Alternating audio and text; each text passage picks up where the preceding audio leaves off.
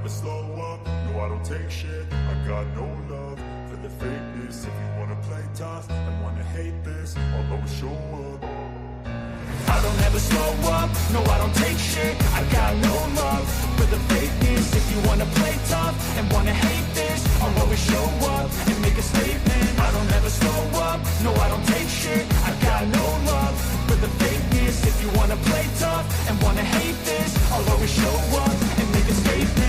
Everything I do so instinctive and so passionate. Every word I move so descriptive like an adjective. I got a vendetta against people who patented being negative when you should be getting after it.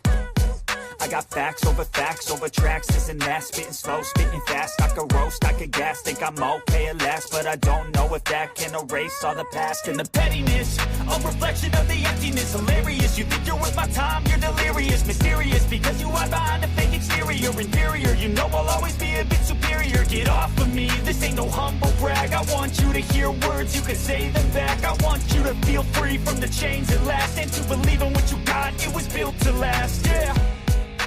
Now that I've been put through hell, I never got anyone's help. I had to do it all myself.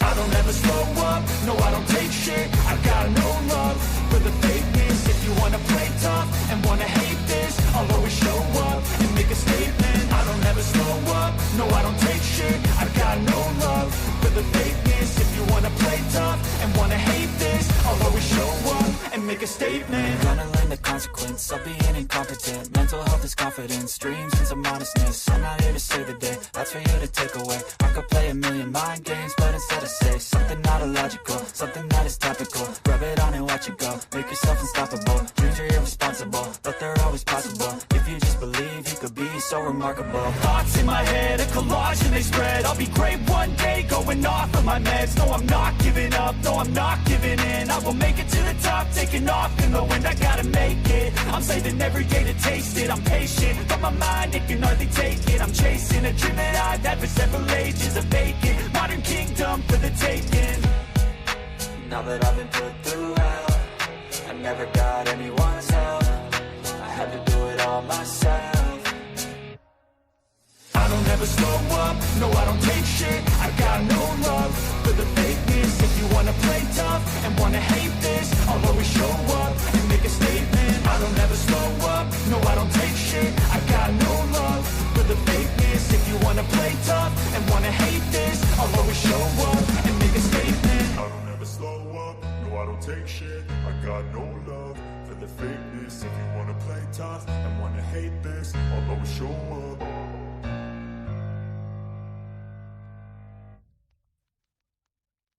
Good evening. Here we are once again at the meeting place of reality and the digital world. Who we have in here today? We have Dolly and Sweet Wheat, Dory D. Greetings, greetings, greetings. Dolly says hi. Sweet Wheat says hi, Dolly. Sweet Wheat says hi, Dory D. Dory D says Sweet Wheat. And then Dory D says, the new Amy account is accusing Jeff of flagging Richard and is attacking anyone who comes in here to chat. Yawn. Hey, Pebbles. Not going to speak too much about this because I think it's hilarious.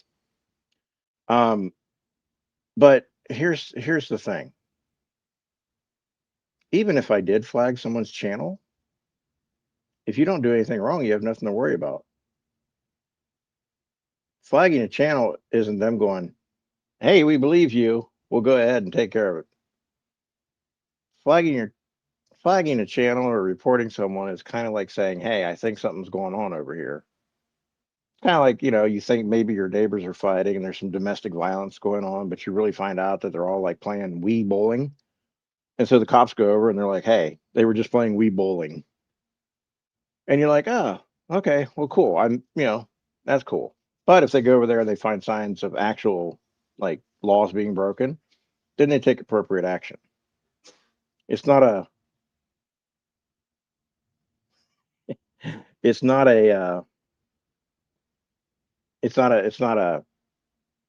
I'm powerful and I can have people's channels taken down. No one has the power to have someone's channel taken down through YouTube, unless YouTube deems that the content goes against TOS. It's probably the most stupidest thing I've heard. Um, but if you want to come over as yourself and chat instead of hiding behind alts, we'll indulge you for a few minutes, probably, if you make any kind of sense.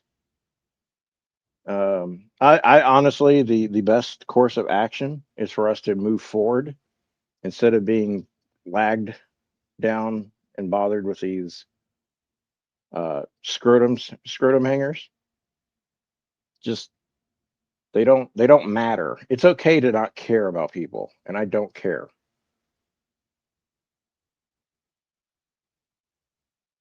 Hey, Lady Scrapper, what's up? It's just um, move on. It'd be great. Show your dominance by moving on and not living in the past. That would probably be the best course of action. Not much, Dunya. What's going on? Oh, Dari was just talking about Amy character. I just, not to give them too much light, they just want to blame, blame, blame. When really the blame is always on the creator of the channel that gets taken down. I mean, if you do the shit and you get caught and they say, hey, you did shit, not my fault, not anyone else's fault, their fault. Move on.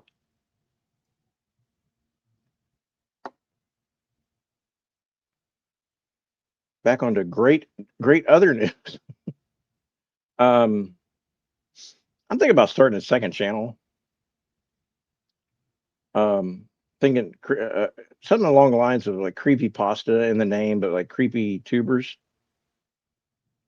Um, damn, I could just stop live streaming tomorrow and start a clip channel and just clip shit and just let. Here's my process of thinking about this, and I'll put the StreamYard link up later. Um, Imagine just going through the net, randomly searching shit, and seeing some whacked out shit like what's on my other screen right now that I won't share right now. But holy damn! And you don't add any commentary to it. Maybe a few stickers. Maybe you do add some commentary to it, and you just put that out there and just let people react how they will. I think that would be very low energy. I think that would be something that would be, just to bring light to some shit that maybe you all don't see that I do. I don't know. I like clipping things, but I think I put too much energy into it. I just don't clip it. I want to make it look better, and then I get bogged down in the details and the technical aspects, and just isn't fun. And that's a hurdle I need to get over because I have a lot of shit that I could go back and clip and say, what?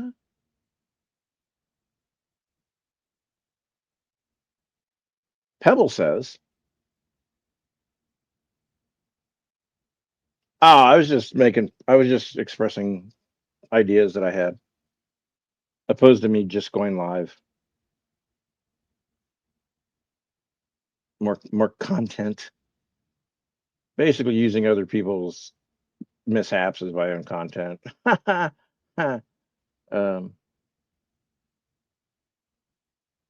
I know people are. I don't know. It's a lull in the action. I guess. I guess people are uncomfortable.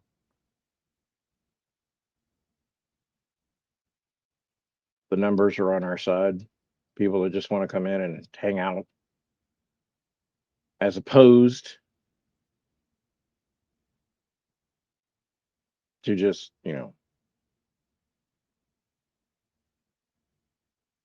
most of us aren't chasing waterfalls.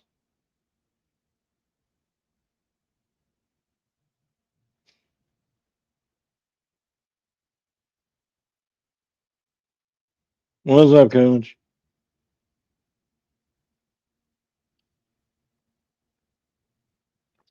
Yeah, then you best to not give them attention because they crave it. You just ate an apple? Say it while holding your tongue. I dare you. So I just came on here because, well, Dinner's done. Dishes are done or currently washing. And I got some time, so I figured, why not? I was going to play some Fortnite, so I only have 4 more levels to 100, and then pretty much I'm done. I get bored after 100. Um, what else is going on? It's been a beautiful day.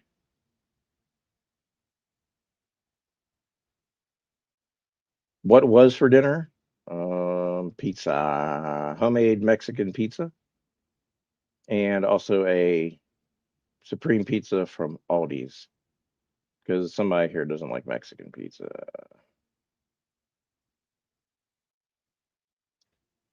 See, it still works years after I learned that in third grade. Hold your tongue and say apple. People, I can still get people to do it. I had some lean cuisine. What was it? Um,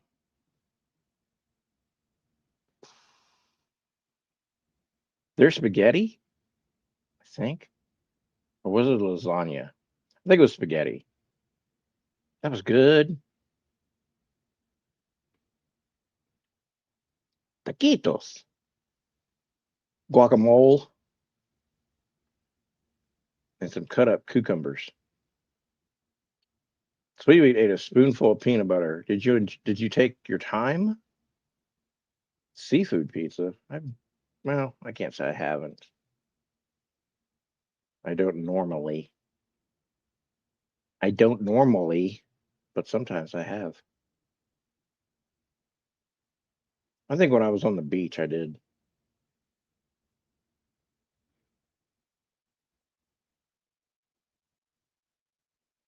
What else? There's not, oh, you can get fancy with seafood pizza. It just really depends what you like. No, we did a copycat. We made our own copycat recipe of a place about an hour and a half away from us. They make an excellent Mexican pizza, and we did our own dough. Went and got the toppings, chopped up some, you know, whatevs, and it was excellent. Frozen taquitos, taquitos. I'll be mispronouncing words on purpose today. Hey, chick, what's up?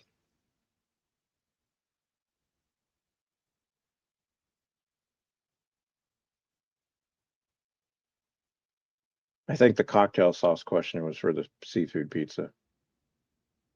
We did a taco sauce and a mild salsa with mild banana peppers because I can't do anything too hot. So, uh, but yeah, it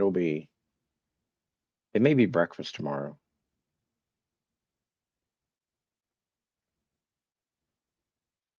Or if we keep talking about food, it might be a late night snack. Hey, Scout, what's going on? Scout's here.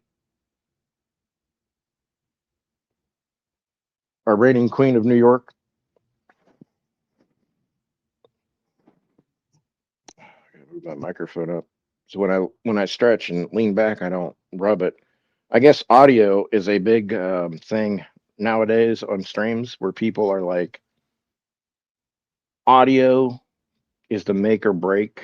Like you can have shitty video, but your audio has to be on point, at least decent enough where it doesn't cause people a headache. And I listened to a few streams today. I don't think people are getting the memo. Here's the biggest thing you have to remember with audio and streaming. It's always best to close the loop. It prevents most problems. Now, see with this pizza with the crust, if you want to get a crispy crust, you have to have an air fryer. Hey Deuce, what's going on?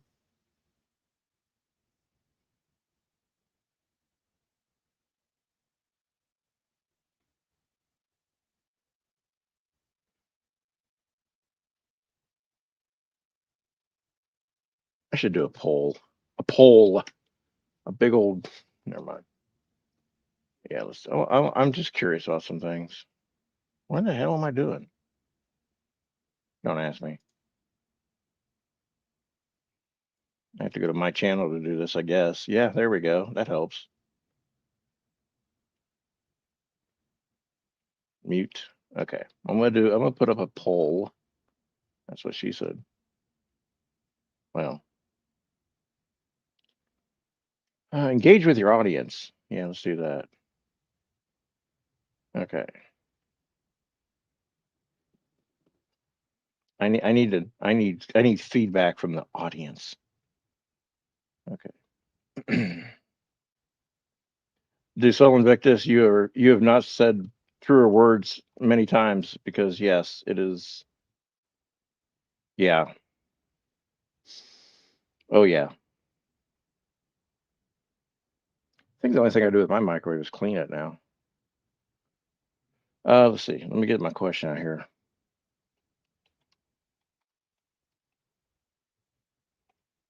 I'll speak to myself in the third person for a minute.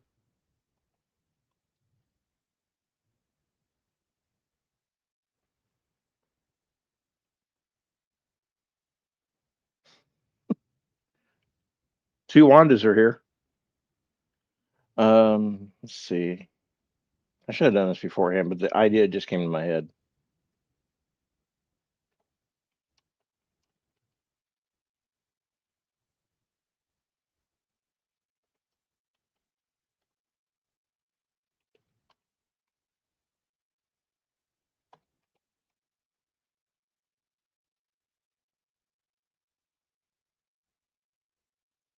My air fryers, my air fryer, and my Instapot are, and my Ninja. Um, I could probably not use my oven except in the winter for a few things. I could learn to do everything in those three things. Okay, I'm typing. Sorry.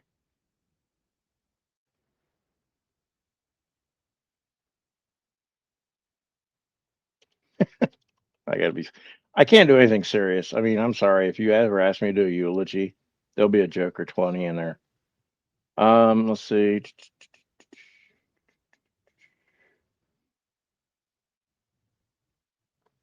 Okay.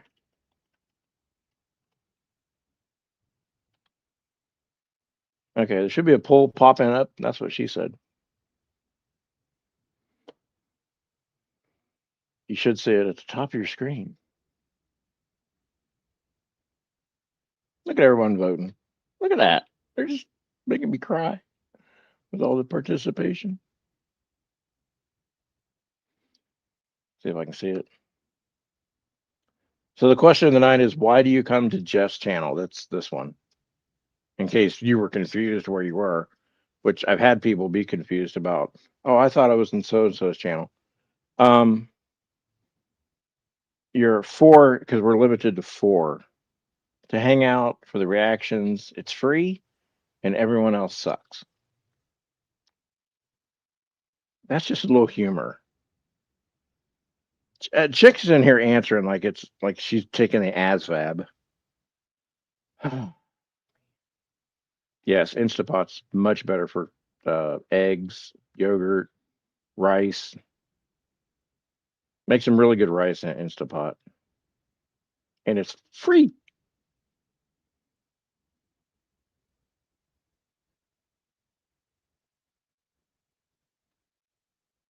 I love my Gourmet air fryer. It has the French doors. It's like you're opening a palace door, and you're like, ah, food.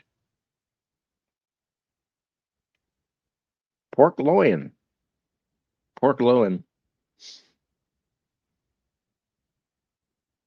And we always talk about food. This should just become a food channel. Not really.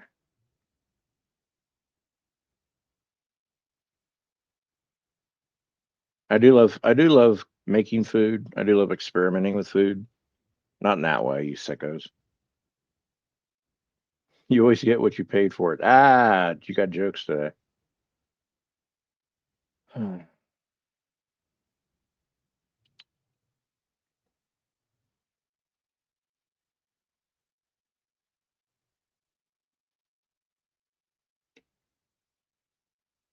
Ollie's has air fryers and Instapots.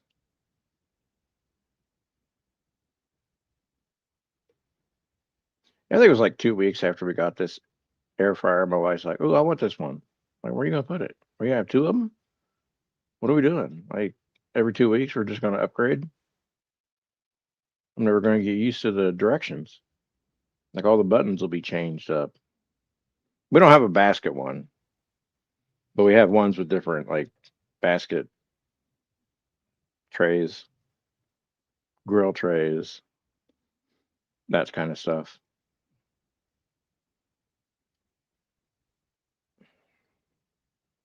Yeah, look at Walmart too. I think we got ours at Walmart.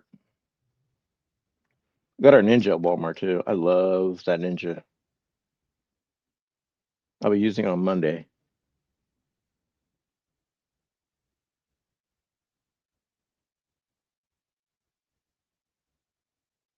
Yeah, I don't mind using the oven for certain things, like for Thanksgiving. Obviously, we do the stuffing and stuff, and we do sunflower seeds and all that. But there's a lot of things you can convert over. Porcupine,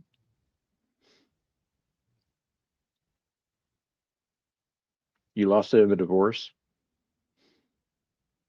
Damn, man, always taking the Instapot. All right, we'll come back to the poll. Someone remind me to go back to the poll. That's what she said. Because I always forget, and then we just don't know how things turned out. Right now, 62% come here to hang out. 12% for the reactions, 6% because it's free, and 20 or 19% for everyone else sucks.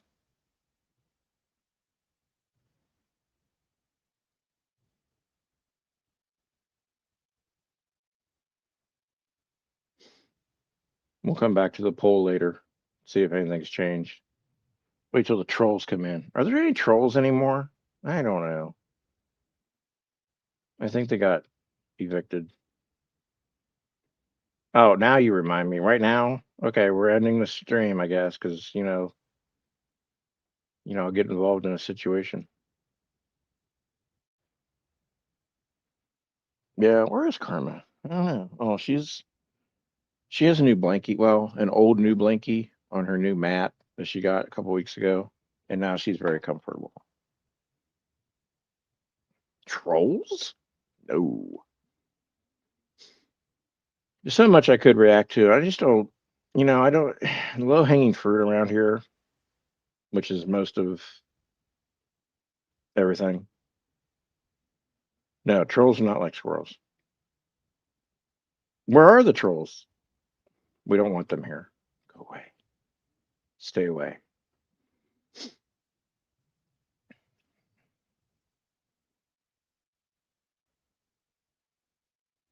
I literally, which is the correct way to pronounce it, come here to hang out.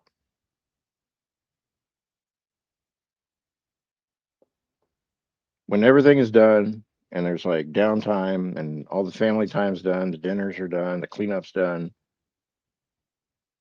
and the house is all clean, I can actually sit down and relax and say, hey, let's hang out with some folk. Strippers for Santa at the stripper pole. Well, Cat's Rule knows. All right. Thanks, Cats. I will definitely keep an eye out.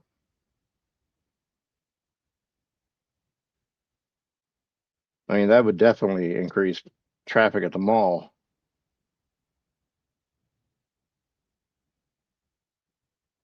Oh, yeah. Yeah, the ones that everyone had on keychains.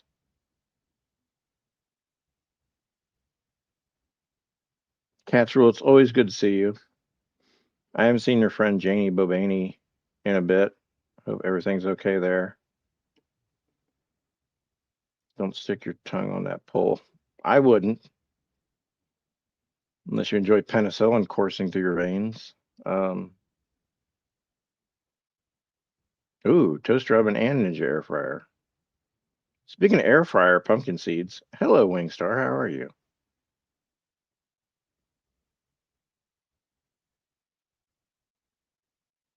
Wingstar, I have content coming for you probably Septemberish, depending on when the Spirit Halloween and other stores open up.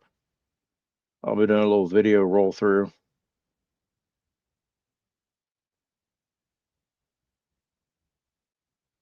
Nasty. A nasty hour by the hour motel.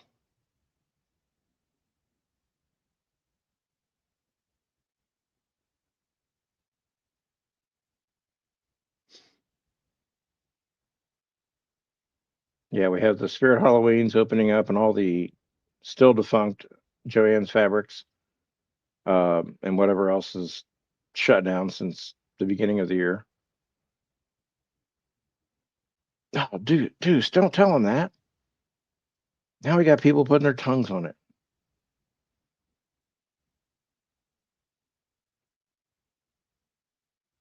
You got to make people believe certain things.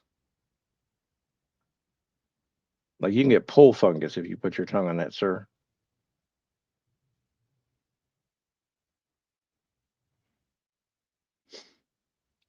I mean, I wouldn't eat at a strip club either, but that's just me. But I'm kind of picky. Also, I've never been to a strip club because I've never been, you know, desperate enough to see a naked woman and pay for it. I never had that. I never had to fill that need up. But whatever. Each their own. I just personally haven't.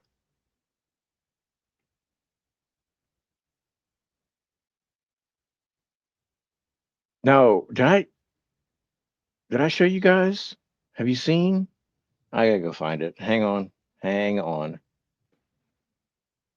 I gotta explain this video. I think this is one of those verbal recoveries that I have to do, where I have to explain this place as soon as I find it. It's somewhere.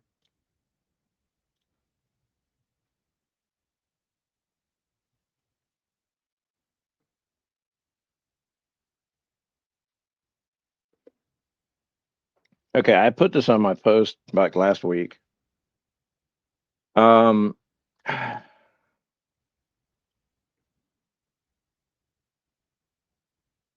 see, yeah, but there was never a need to. I just never. I don't know. I honestly think now that I think about it, we went to this thing through kindergarten class or first grade where we had to write down where our parents worked, and they tried to arrange field trips. I'm pretty sure that Chet, I'm pretty sure that Chet's mom worked at a club, but it was in the morning, so we got to see how waitresses worked. But there was a stage, and I don't know where it was because I was always just chit chatting and talking with Chet, not knowing that I think his mom worked at a strip club back in the day, which is fine, whatever. I mean, he always had nice clothes and shit, and always, could always afford lunch. So I think things were good. But I don't know if Chet realized where his mom worked. I think she was just a waitress, but we got there early enough where it wasn't like happy hour. Um, but yeah, intentionally, intentionally, I have not been on one.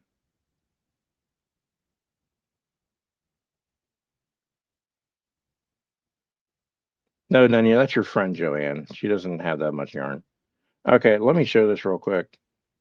Now, you guys think that um, the vibrating quarter bed was nasty? Oh, God. We had a place, and let me tell you, it is between where I live now. I can get to the location in about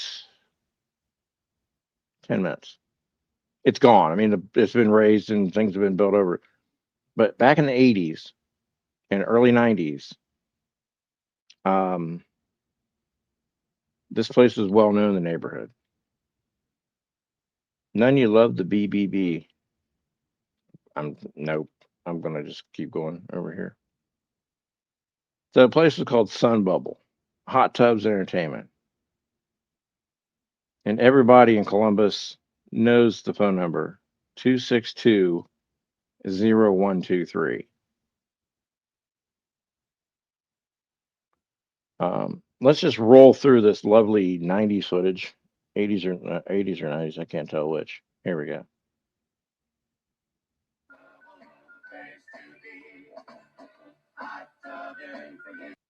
Now that's you know, okay, so you're a couple, you want a little jacuzzi, hot tub, private room. Okay.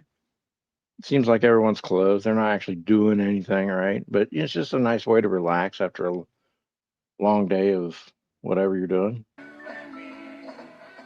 Good conversation. Now, okay, hold up. Now this is okay. So the two couples went out.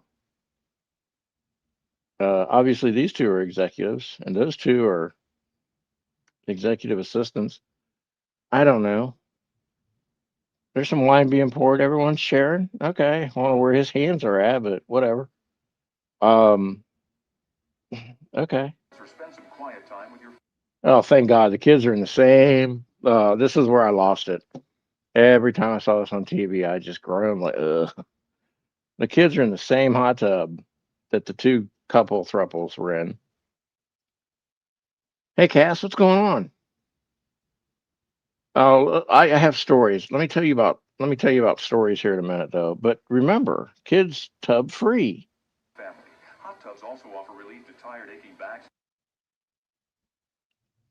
I'm sorry, we got to go back. This man, look, this man was hurting earlier before he went in with that god awful looking Freddy Krueger looking sweater. And then later on, what's going on under those bubbles? What the hell? I mean, does he look like his back hurts now? I don't think it does. I don't get rid of this captioning. No one. Great therapy. Yeah, I've heard that before.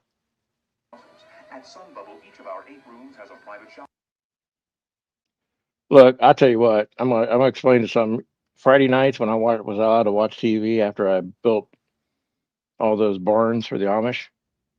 I was like, well, he's gonna pull her in. I've seen these horror movies. This man's a killer. He's gonna pull her in, and then she's gonna drown, right? Nah. And I thought, oh man, we're gonna see something here. Nope, she's closed.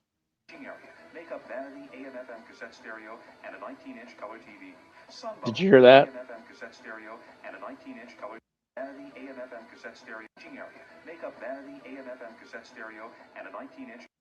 A makeup vanity. So after you're done hot tubbing, and while you're hot tubbing, you can do your makeup. It has a vanity. You can watch. You can listen to AM/FM stereo at a 19-inch color TV. 19-inch, ladies and gentlemen. Don't tell me how to have a good time in Columbus, Ohio, back in the 80s and 90s.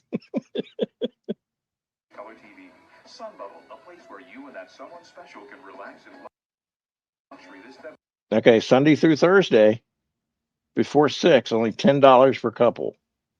Okay, so whatever time they open, God knows I don't remember this shit. Yeah, trust me. Okay, so yeah, okay. Sunday through Thursday before 6 p.m., prime time. You got to get to pre-prime time. $10 per couple for an hour. Okay.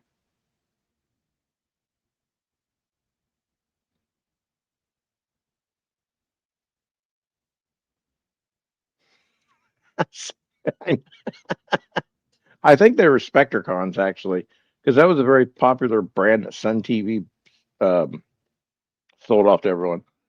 Okay.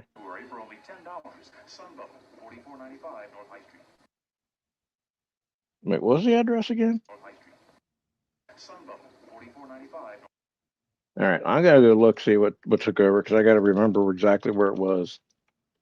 I know roughly, but that area's changed so much. Um, so we all knew about the place because, well, we all worked down there in the '90s. Um, no one that I know of went there, thank God. Oh my God, no! Please tell me. Oh my God, hang on. It's a what? Oh my God. Oh man. Ah, it's a like a. All right. I get pizza from this area, and I also get Chipotle from this area. Shit. And there's a church right behind it, the First Unitarian Universalist Church, School for Young Children. Okay, Professor Xavier, or whatever. But yeah, so this has been totally redeveloped. But um, uh, how do I explain this? Don't.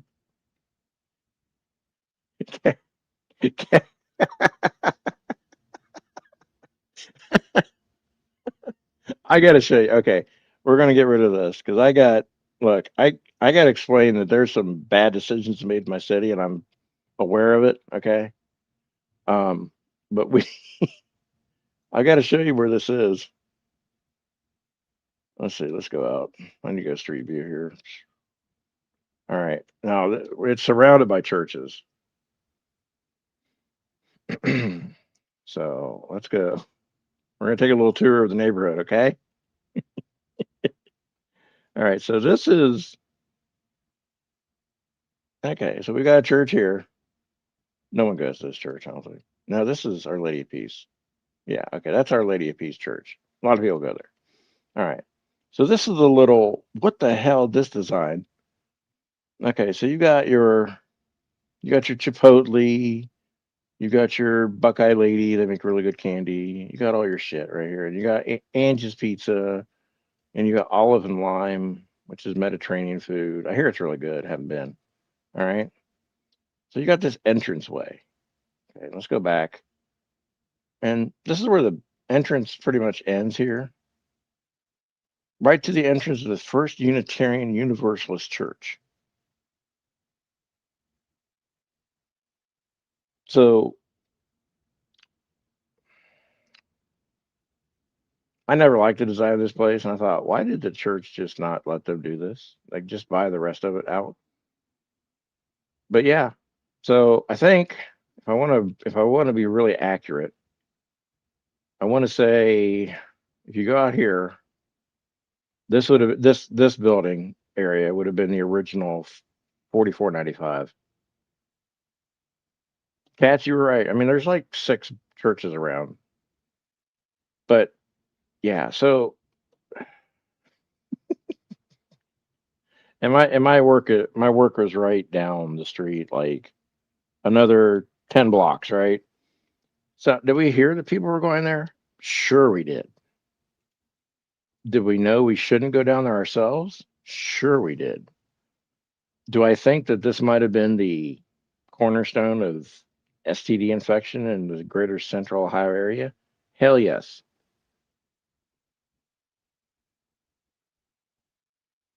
I think you should pray beforehand. I don't know. I mean, obviously,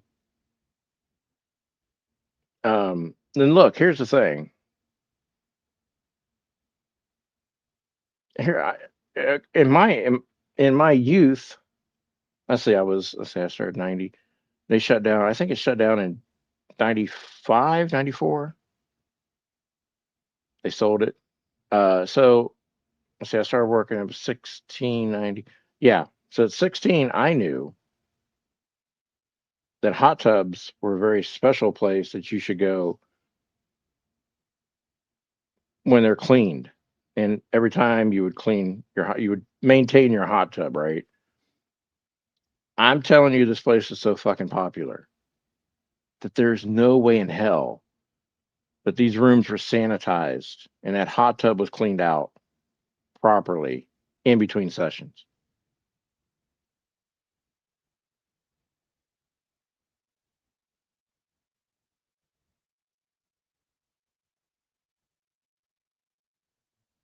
There is no way in hell. And I would love to find someone who used to work there. I may put out a Facebook request. If anyone worked in Sun Bubble, I would like to interview you because I need to know what the procedure was. because they had young people working there. I'm not talking like minors. Um, so I need to know, like, what was the procedure in between clients? How many rooms were there? Like, could you switch out, or was there just like a big party room and then the kids' room? I mean, there's a possibility there were some kids that were like grew up and they had their first like blood test. Like, oh, you got like gonorrhea. How'd they get that? Oh, yeah, mom and dad, remember Sun Bubble?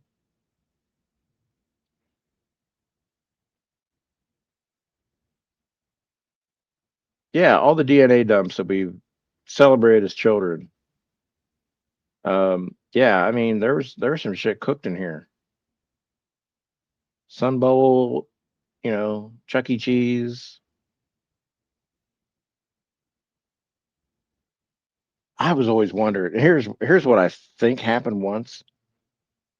There was a man that came into our store looking for his wife. His wife was a regular shopper. We never really saw him except during the holidays, and he would always hand out like Christmas cards and gift cards to people. But we never really saw him except he was looking for his wife. And I guess he found her with his boss at the Sun Bubble. And this is before the internet. This is before mobile phones. This is before we would have had proof of this. Only going by rumor and grand storytelling would be the fact that it was a crime scene out in the parking lot. Now, I don't know what they mean by that. I think there was just a fight, but they had tape up. And ever since then, I think someone thought that someone died in the hot tubs and business declined horribly. All because of I want to give her a name. Let's see, what would be a good name for her? Oh, Miss Deli Meat. She there's a reason why I called her that. She's dead now. But yeah, she wanted to hang out with the boss. And yeah, there was some violence up there at the Sun Bubble. So yeah, just be careful. I mean, I don't know. Uh, Were people that loose back in the day?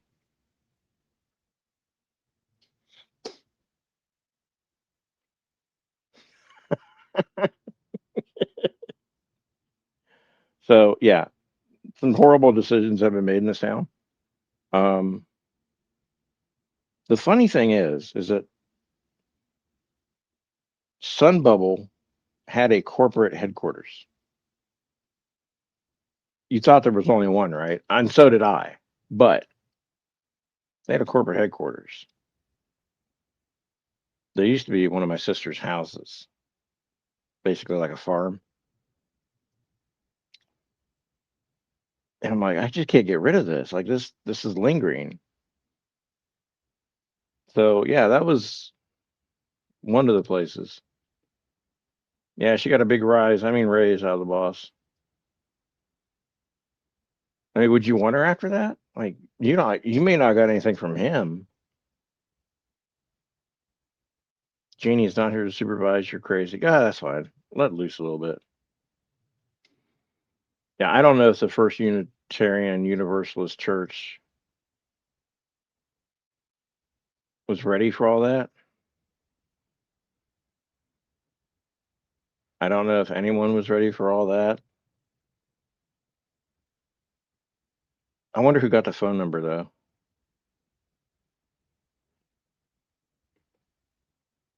Now, I bet you some of the churches were uh, patrons. Can you imagine having a little early Sunday morning situation at the old Sun Bubble, getting dressed with your makeup vanity mirror while you're watching the 19-inch color TV or jamming out the Kiss on the AM/FM cassette radio and getting dressed for church, nonchalantly walking down the street in your Sunday best after you've committed sins? Man, 80s and 90s are such a good time. I bet the construction crew probably got some chlamydia. But anyway, it's really bad decisions being made in my city. We're not innocent at all. Uh,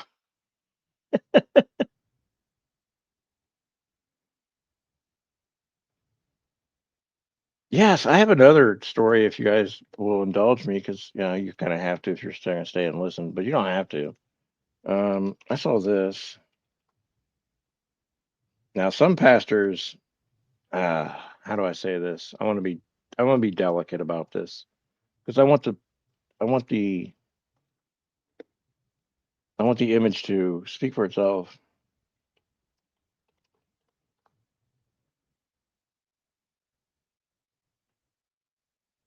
Oh, it's fake. Damn it.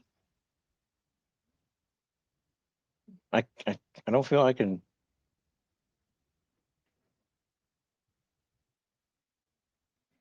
It did crack me up though.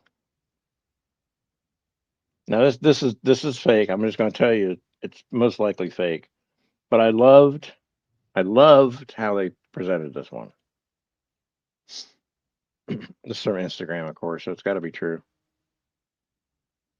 Female pastor arrested after getting caught giving oral sex on men to suck out their demons.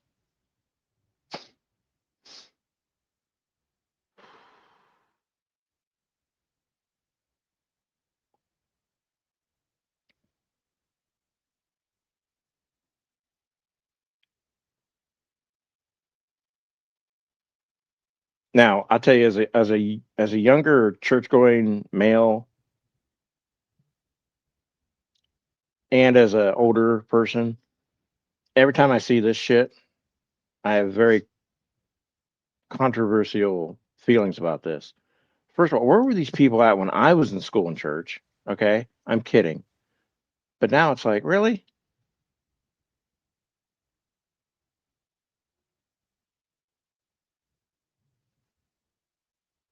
Well, she said, I don't. I mean, I don't know. Obviously, it's obviously a fake story because I found out the Snopes said no is bad. Um, but could you imagine? Okay, now ladies, especially if you've been if you're in a relationship or married or whatever, imagine every Sunday you try to go to church, get your man all like dressed up, ready out the door. He begrudgingly goes to church, then all of a sudden that man comes home from work, eats dinner, and then goes immediately and volunteers at the church.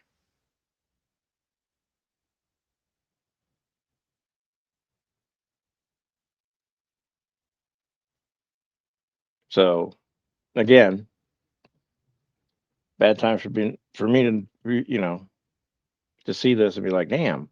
First, we never had any female pastors back in the day that I knew of. We had that weird guy. I think he was strange for reasons. We never had this.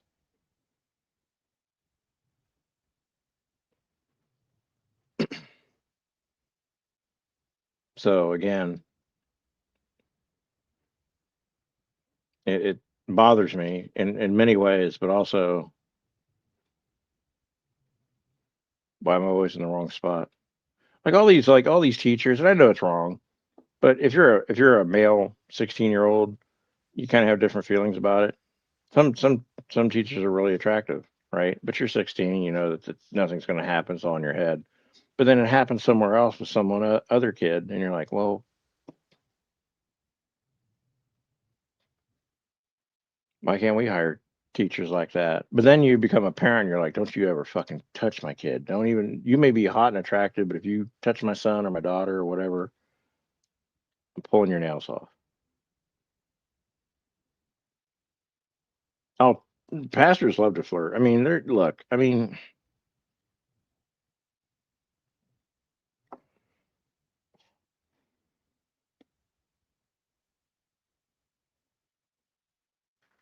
I always thought the Catholic Church made a mistake by not letting their priests get married.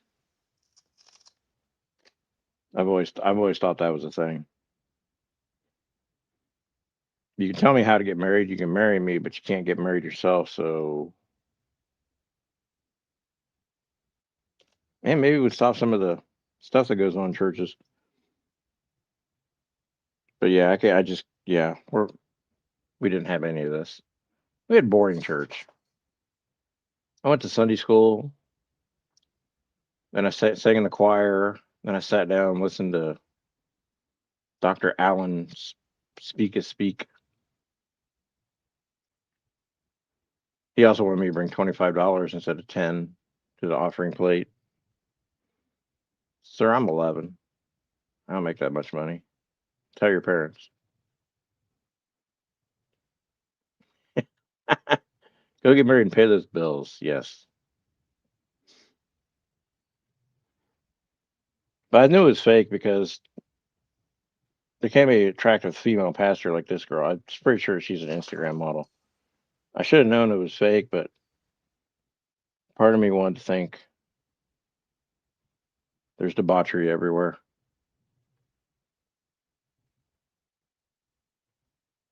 I don't think you can exercise demons that way.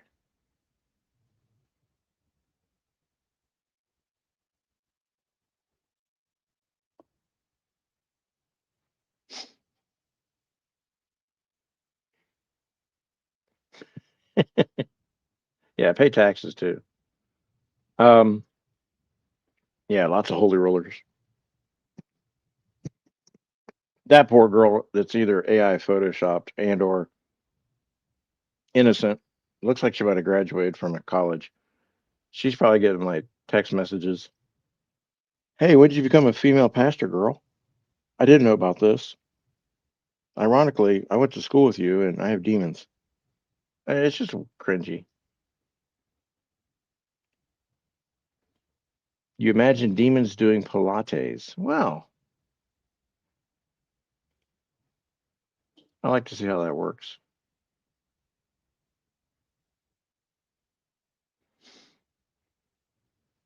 Do you think they have to maintain their bodies and their forms and flexibility?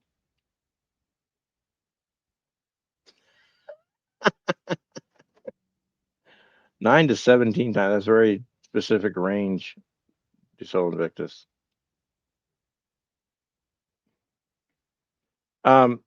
Cat's rule. I don't know. I mean, it's obviously dealer's choice. Um, a little bit of both, maybe. Goat yoga. Ooh, yeah. I think that takes place in another state, not here. At least on the central part.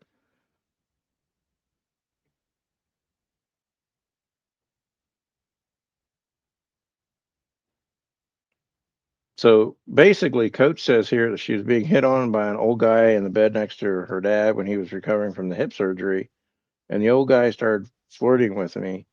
I'm not going to say what my dad said to him. Italian dads don't mess. Hmm.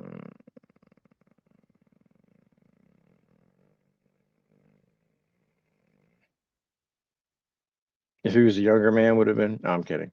Um, Old men are, look, old men shoot their shot, and they forget they did.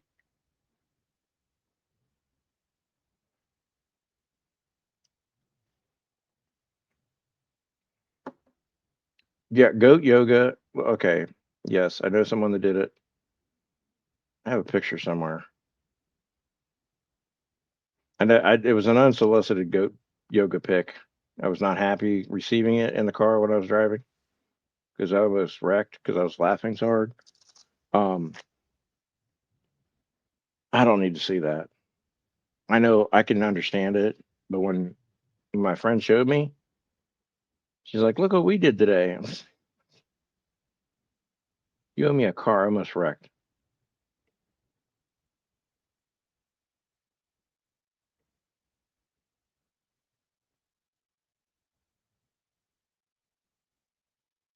A dirty little kid man. Ooh. And if he didn't have a new hip, he would have got up and beat him with the old one. It's like, nurse, bring my old hip in here. I got to beat this man's ass. That's why they don't let you take home your old parts.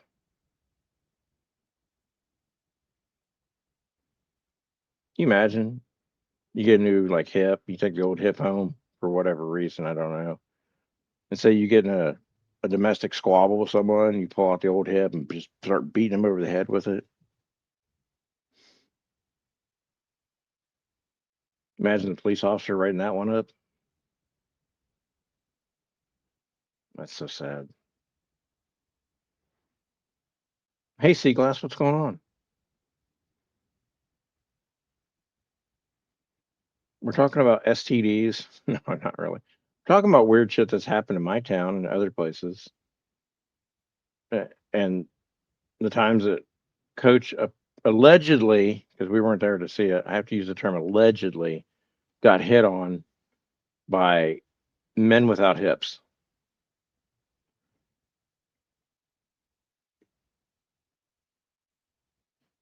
Oh, what the hell? I'm sorry. I read that. I had to read that twice before I read it out loud. Now we're gonna call him venereal disease because it goes with VD, Valentine's Day. Um, Hi Evelyn, how are you? My husband wanted to take his foot when it got amputated. I stopped there when I read this. I was like, I told him, "You don't even clean the house." No. Um,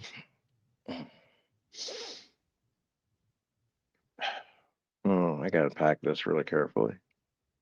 I don't want to get off on the wrong foot. It seems typical that a man would want to not waste things and take the part with him for whatever reason.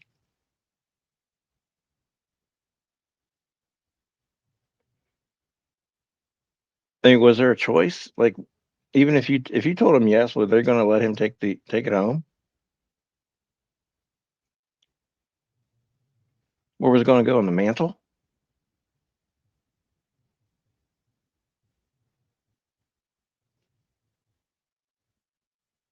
I have so many questions. No foot left behind. No, he won't be two stepping on you. Um, yeah, that's weird. I mean, men would say shit like that for sure.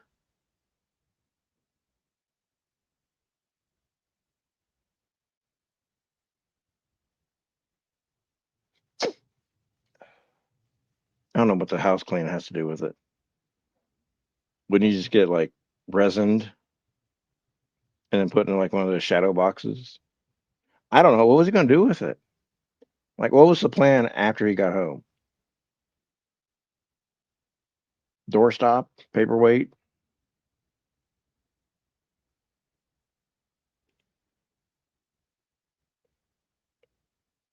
Okay, I'm kind of getting concerned that Giselle Invictus knows a lot about this. Um, Vinegar. Okay, let's stay on Giselle Invictus's good side. I don't want to be dissolved in vinegar.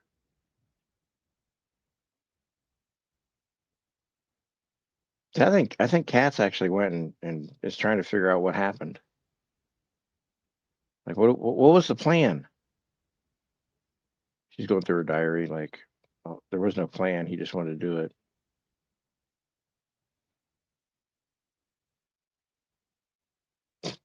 it. Yeah, see, that's why. Okay, see, that's why you didn't want it home. You just been leaving your foot hanging around all day.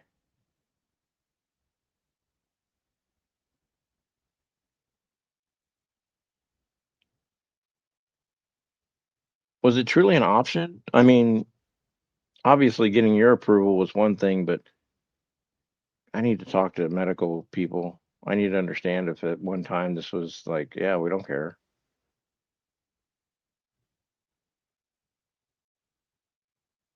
Because I'm assuming all of our old parts are just like recycled or made new, and they make some Frankenstein human being for medical research purposes.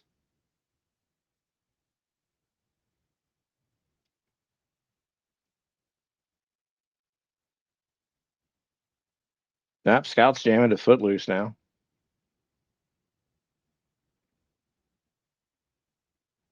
Yeah, I was okay. Man, I'm relieved. At the same time, I still have questions, but I'm glad you put your foot down. Sorry, I had to. But I'm also sorry that happened to him.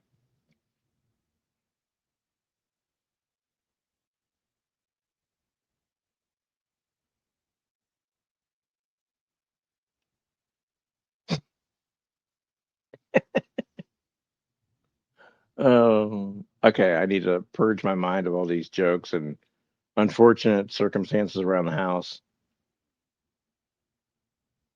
Hey, honey, the bathroom door won't stay closed. Oh, here, here's a resined foot you can use as a paperweight. Scares the hell out of the kids and people who visit, but it's fun at Halloween. Taking their gallstone home in a jar. What the hell, people? We starting a museum?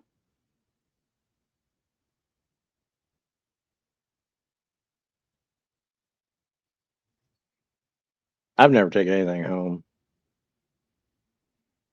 except a bill and some packing tape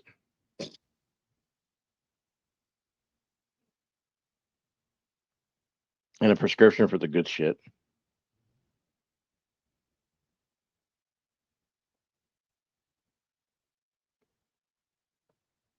They had a voodoo ritual. Can you imagine?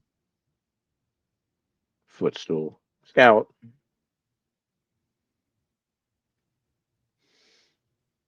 I mean, we're all like skirting around the fact that the man had to have his foot amputated, but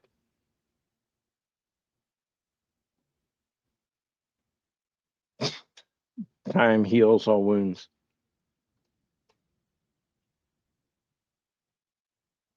I'm glad one that they didn't let him because yeah,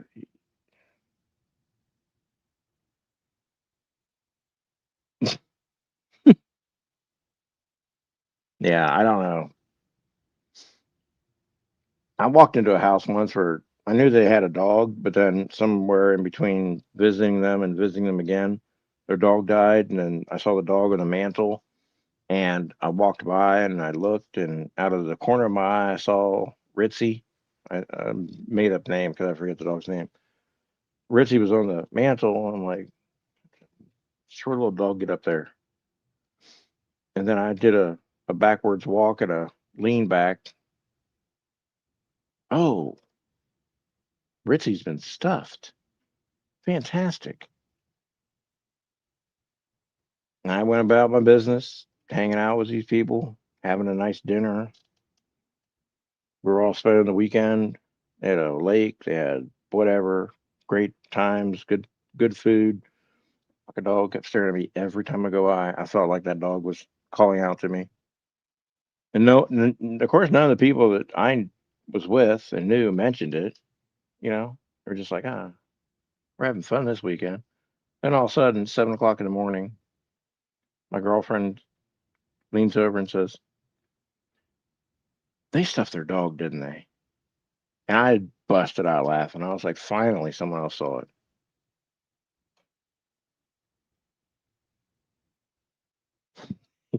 Told him to get down. You get off that mantle right now, Ritzy.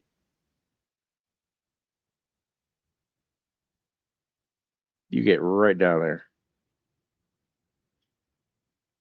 I mean, it was just weird. Like, I didn't know what I thought was going to happen. Not that strange.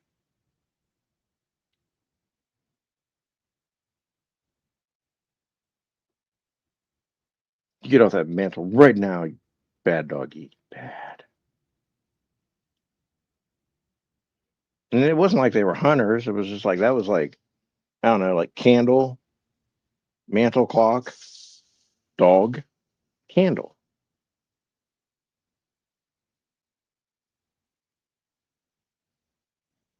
And it was one of those things where like, name something that doesn't belong.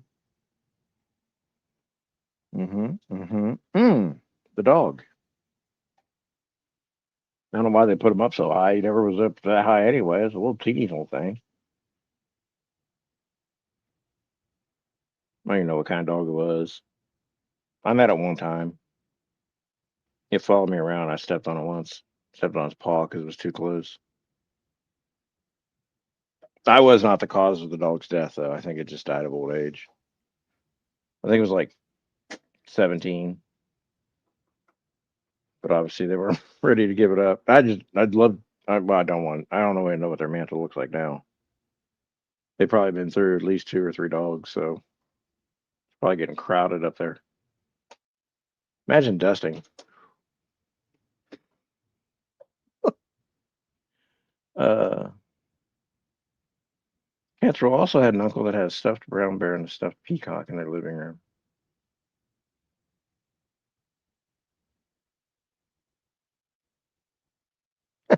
What?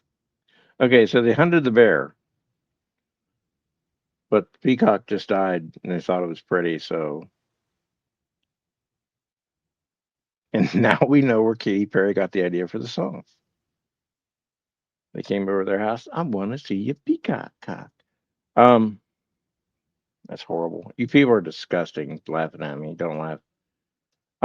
It's not, I don't know. I mean, I get it. I know people do it, but you know, wolf pelts. I've seen wolf pelts displayed at like wildlife resources, and I always feel really sad because I like wolves more than most animals and humans sometimes. And it's bad, but I know why that it was a natural death and it's educational and the wolf lives on through purpose, whatever.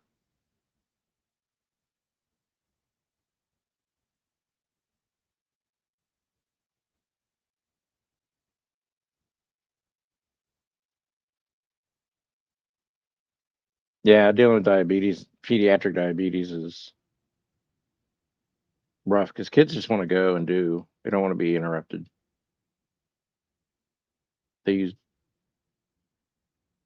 they use bow and arrows for.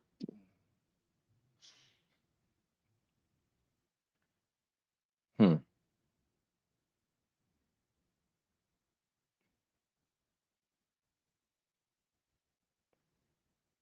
See, but Scout, at least you're laughing, right? I mean,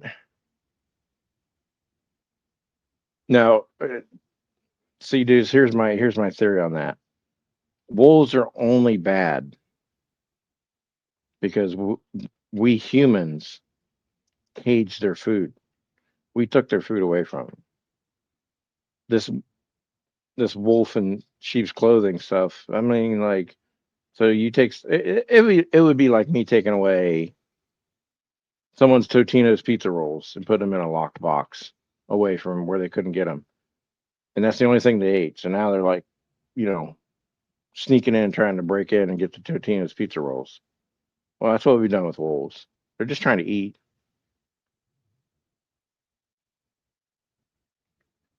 They get a bad rap.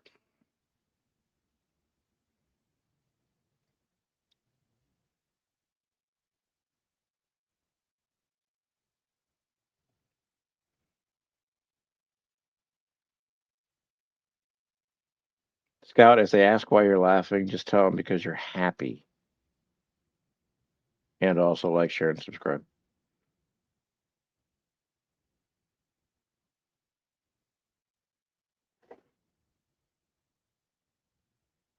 Now, I personally don't like coyotes because I don't like the way they look at me. Um, I call them Dollar Tree wolves. People don't like it when I make up names for things, but it's okay. Coyotes, I understand their purpose, but I just don't like the way they look at me. Oh, which one? Yeah, I think it's better than Cinnabon. Sorry, we're having a coffee creamer discussion in the background. Aldi cinnamon roll versus the International Delight Cinnabon.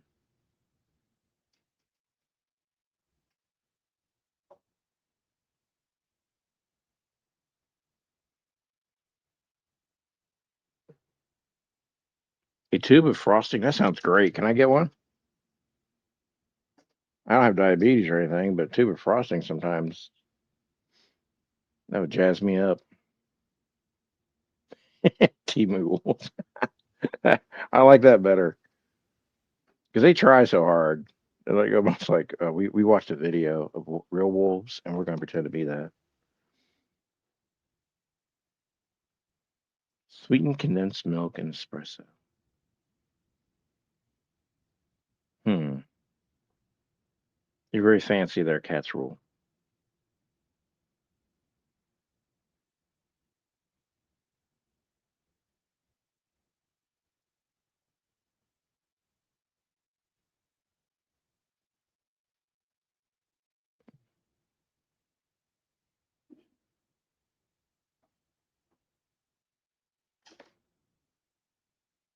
That's true, Evelyn. I would send in wolves to hunt them down.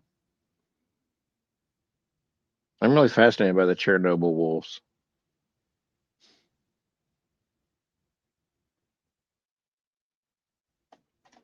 Okay, Hershey's chocolate caramel. Have we had that? I don't think. I think we had a Hershey's.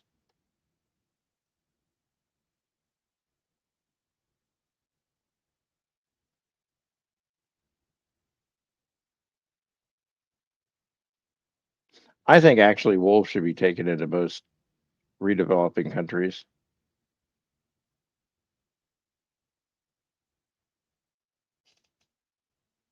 Ooh, speaking of not no justice.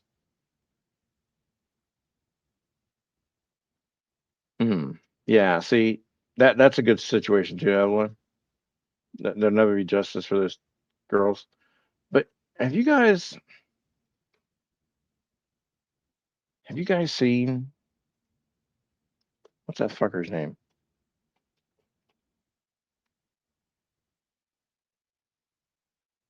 Oh, I hate when I forget names.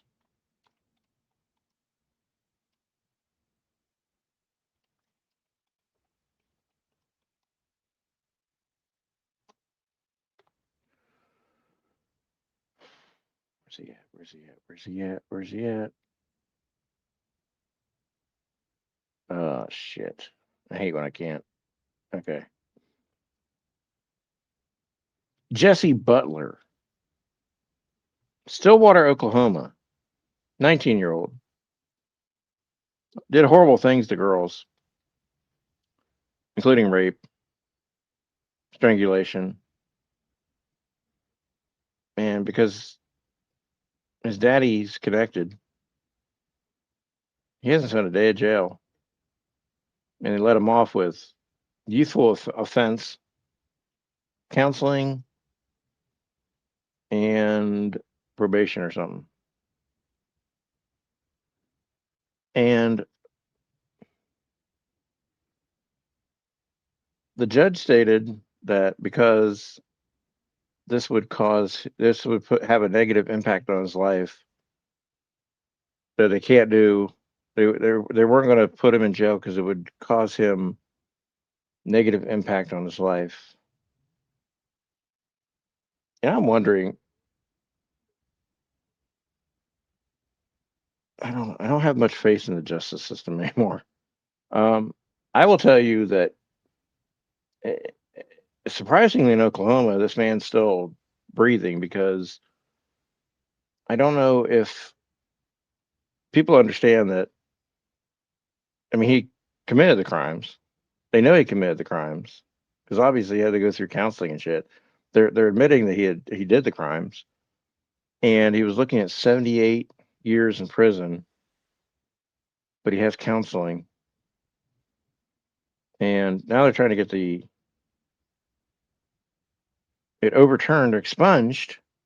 But the new district attorney, which is the Harvey Dent that we all need, the Two Face that we all need, he wants it to go under federal review to see if federal charges can be brought against spoiled brat and his cocky ass attitude towards women. Um, if sir, I will say, if I had a daughter or a niece and you choked her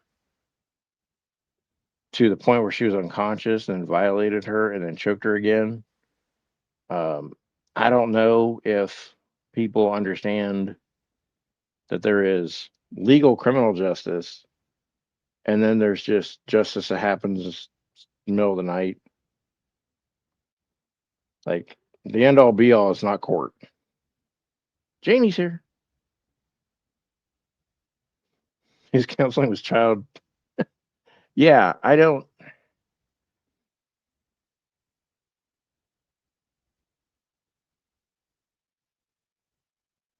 Jesse Butler, Stillwater, Oklahoma resident.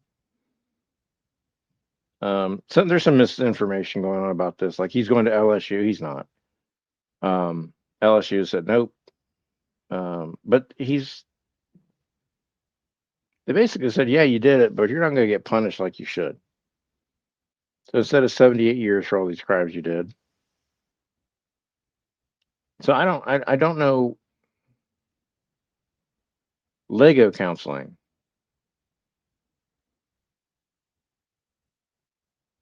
Yeah, Lego counseling. That's fantastic.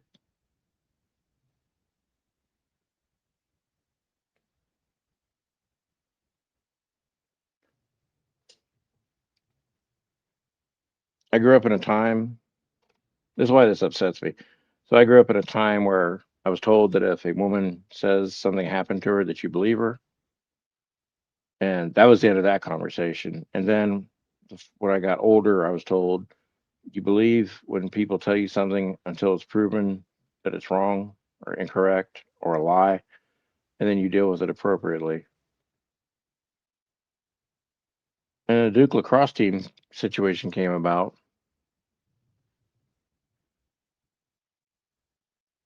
and then I found out that if someone lies about you and it's found out that you lied, there's no work to be done on helping the reputation of the boys that you lied about, and they have to continue to go through life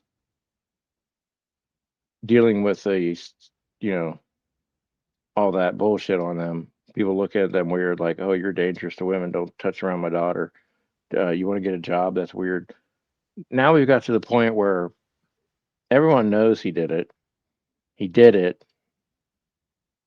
and he gets Lego counseling.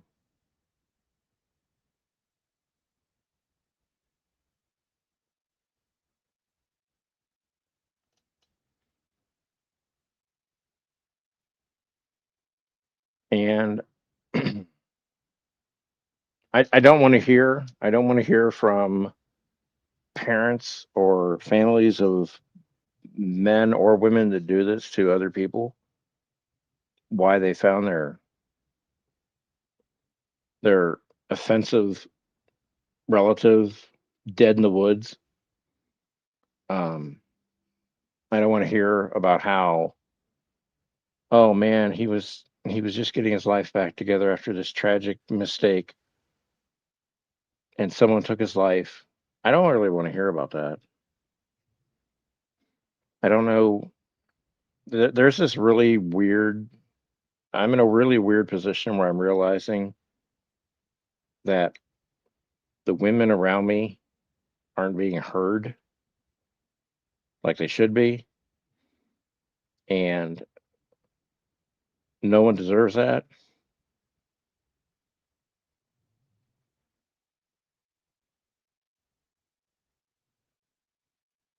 No, she ended up dying eventually. I think, but I just don't understand. There's a few things I've been thinking about this. Like, okay, so these girls, there were many of them. I'm going to pull up this information.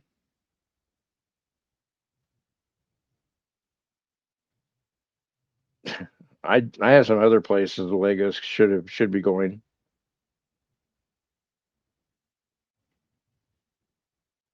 Let me see. Jesse Butler. Now his dad is like a head coach and director of athletics coordinator. Blah blah blah. Civil lawsuit planned against Stillwater teen Jesse Butler. He's not a teen. He's technically a teen, but he's an adult. He's 19 years old now. All right. So the following information I'm going to read is sensitive. It may be offensive or disturbing to some of you. So this would be a good time to mute. Teen who raped, strangled, and brutalized two girls has case dismissed without serving a day in prison. He was charged with first-degree rape, domestic assault, and battery by strangulation, attempted rape in the first degree, and rape by instrumentation. August 4th, his case was formally dismissed after he completed all the probation requirements.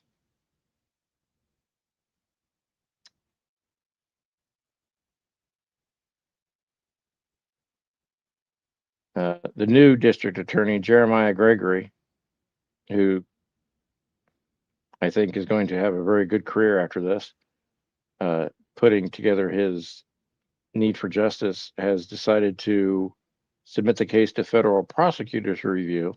The state can't touch him anymore, but the feds can if they can find suitable cause.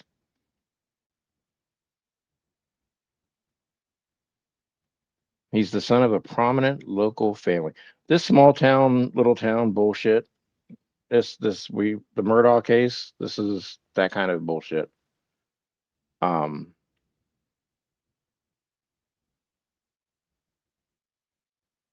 I don't I don't understand. The judge needs to be investigated. The prosecutor needs to be investigated.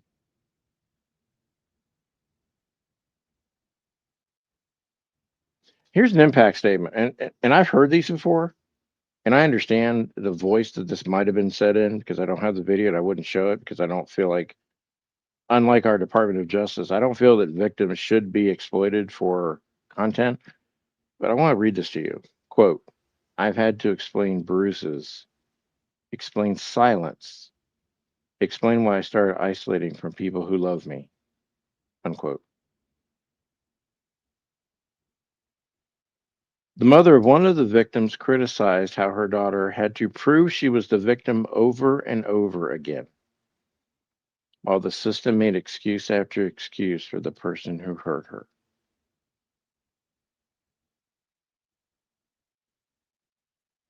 So one day before his 19th birthday, the case was formally dismissed during a final youthful offender review.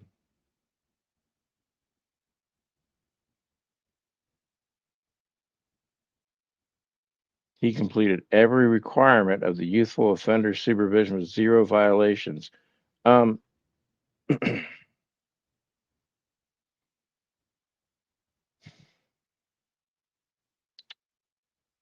about the violations he originally was in trouble for in the first place?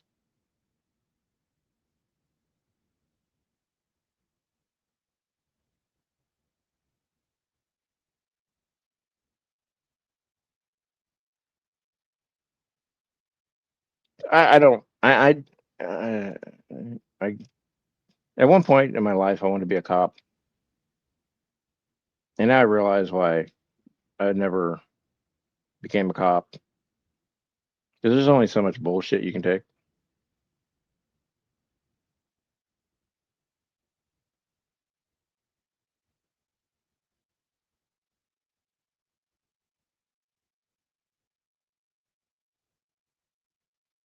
And there's got to be a good way to ruin these families to support this pedigree of, I don't know, indulgence that we have with these famous people and connected people. Sports can be very good. I've seen a lot of people become really successful with sports, but when it becomes the end all be all, if if you've ever killed someone over a sport, if you've ever thought that you're above the law because of a sport, you should be removed from society. And I hope, I pray that the federal review comes up with charges and they make it stick and he actually pays for what he did. Janie, I'm sorry that happened. Um,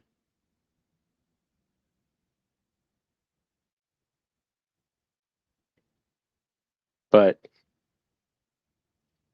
yeah, it's weird because again, I come from this, you believe everything. It's told to you. When women say someone's bothering them, harassing them, assaulting them, hurting them, violating them, you believe it. Now, it doesn't mean you get immediately in your car and drive over and beat someone senseless to death, but there's a lot of things you can do. Um, I think there's a lot of people that need to be investigated in this.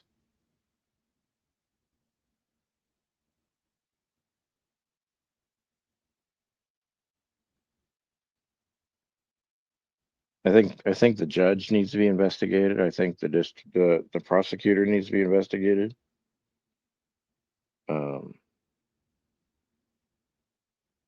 I think there's a lot. I think the federal should probably just come down really hard on this and make an example out of this because this is just.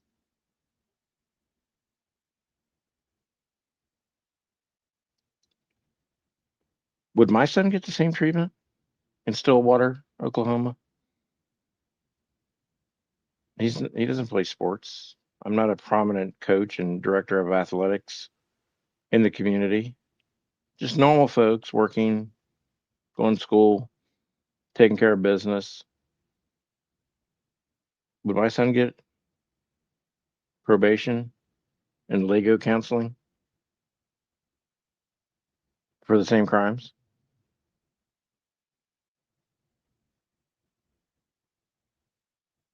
I don't think so. Hmm. I really hope he spends about 70 years in fucking prison because that little smirk on his face when he got out. Um, I really hope that he burns in hell because that's someone's daughter, someone's sister, and I'm going to tell you this one for the future. The shit that these girls went through, and many women and men go through every day of every year since the beginning of time. Someone else has to pick up those pieces and care about these women and these victims enough later in their life to become their spouses, to become their partners in life, and they have to endure it because guess what? It doesn't disappear. He may go on about his life, and dad may pat him on the back and say, "Good boy, you did a good job there, boy." Fuck you, dad, and your position in life. Fuck you, mom, for being a piece of shit parent. And not because if it was done to your daughter, football dad would have been out there like, "I'm gonna kill him, motherfucker, for doing that to my daughter." But when his son does it to two daughters, all of a sudden he's innocent. It's not even a matter of who's guilty. We're not even. They weren't even like saying, "Oh, he's not guilty. Just youthful. And he made a mistake." Okay.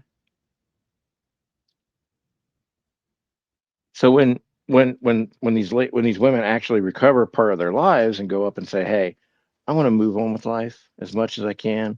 I want to, meet someone. I want to finish school. I want to get married. I want to have a good career." The people in their future have to deal with this too.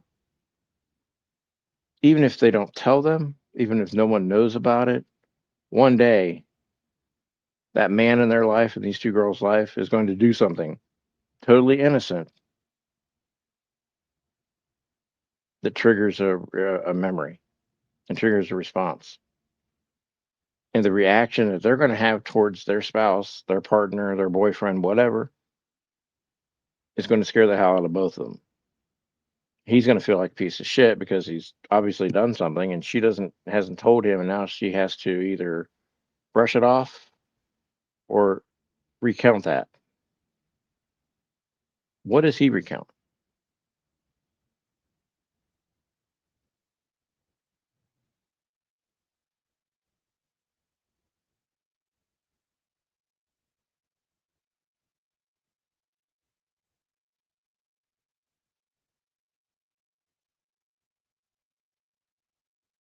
And most men step up and they do what they have to do. I've known a lot of women that have been through these situations, and it's not a conversation that I start. And sometimes I've known before they've let me know. But they have to continue on with that on their backs every single day. They wake up and maybe they see someone or a familiar smell or sight or sound takes them back to that time. We're not even, he did it. They're going to scream at their husband to throw an entire chocolate cake in the trash immediately because she said she didn't want it and a man brought it to her house anyway and forced it on her. Yeah, the small things, and the ignorant people in their lives, meaning they're not aware, not that they're stupid, but they're not aware of this. They're going to be like, what the fuck? What did I do? A good man will blame themselves for something they did to you because they don't know any, because they don't want to blame you for it, but they don't know what they're blaming themselves for. They don't know why.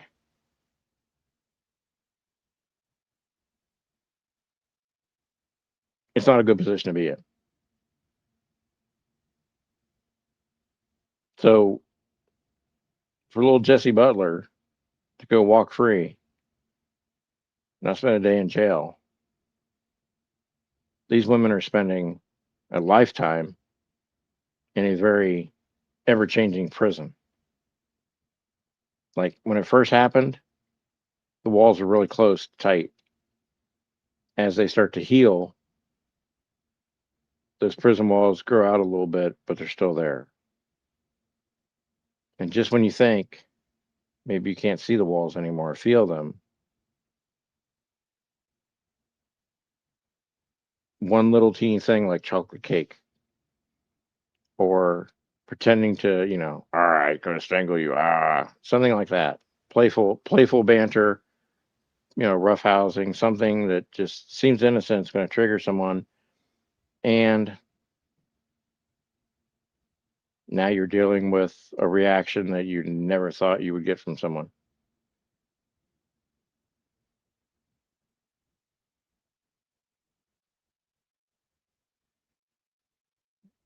And yes, the men listening out there, this happens to men too. Um,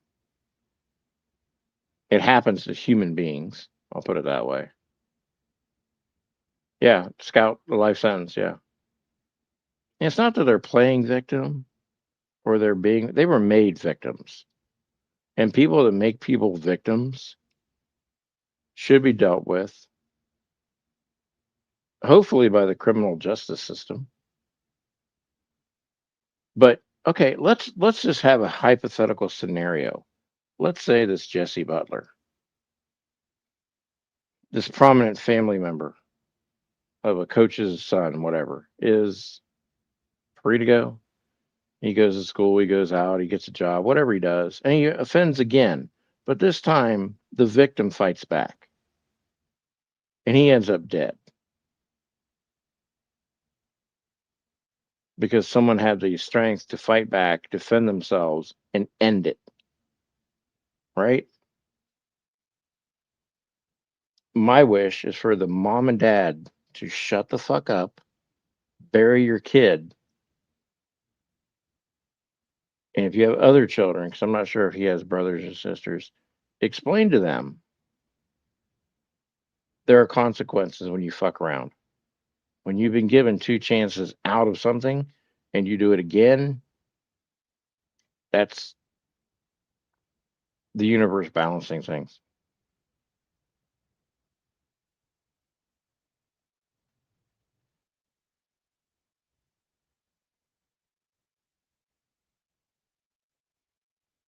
They make skates sharp enough that you can actually take off a tendon out of a finger or a hand. Now, and if we don't, if I'd be surprised if we don't hear this boy's name. I'm calling him a boy. He's not a man. Men don't have to touch women like that. Yeah, it takes a little bit of skill to make women attracted to you and develop relationships and actually treat them right, not be a fucking dick. But yeah, if we don't hear about him again, I'd be real surprised. He's basically been told, "What you did's okay. You'll get off. Do it here in town." And daddy and mommy and everyone else will be like, "Hey, cool."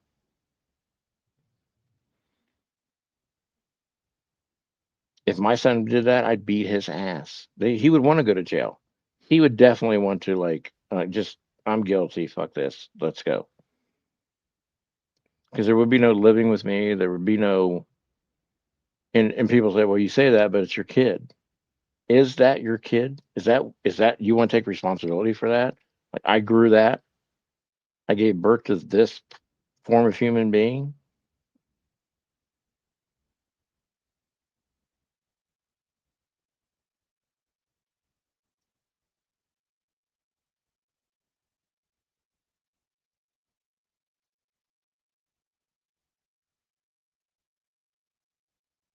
I would love for the prosecution to turn around and look at these two girls and explain to them how this justice system works.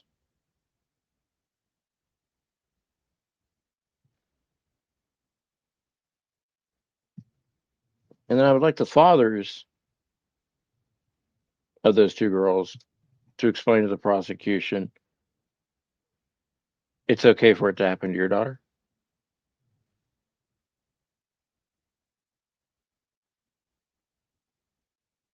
I don't wish anything bad to happen, but no, I don't even, no, I don't want to say prosecution. I'm sorry, I've been saying it wrong. Defense attorney.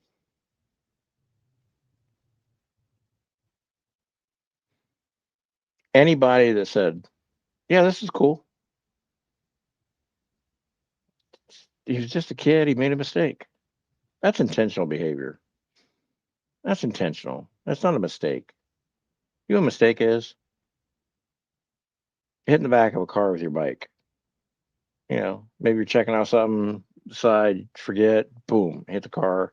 You put a little rubber tire mark on the bumper and you say, hey, Mr. Mac, I'm sorry. Let's see if I can rub this off with my towel. And you gotta go out there and it's fine. That's a mistake.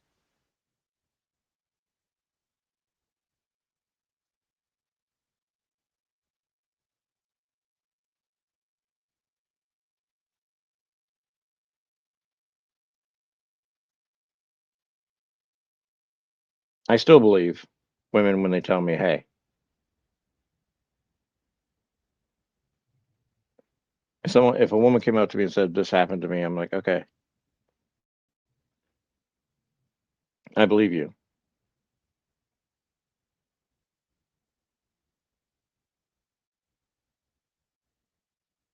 And later, if it came out that it wasn't true,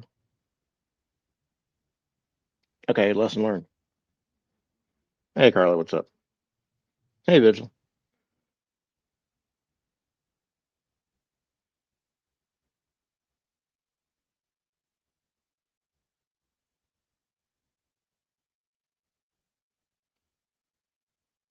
Yeah, dudes, I know. I mean, I've told my son, look, this is how you behave, and it's not because it's trendy. It's not because it's generational.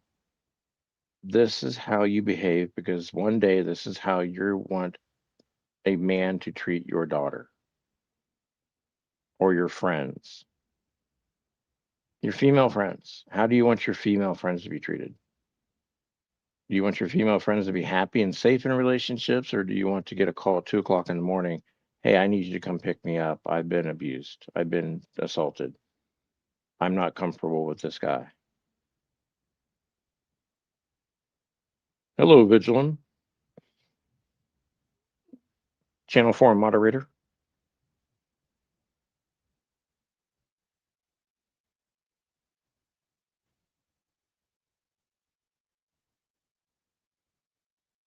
I mean, there was a case a few years ago where a lady, young lady, I believe, I can't remember the details, but she was abused by a man and then let him out to the forest and killed him. No one saw anything. We don't know where she's at. If this bullshit can work both ways. And she didn't do anything wrong. It was just a youthful mistake that she plunged a knife into his heart 6 times, whatever. However she did it, killed him, hung him up you know, by a tree and let him hang there bleeding out. Whoops, just a mistake. She just needs some counseling.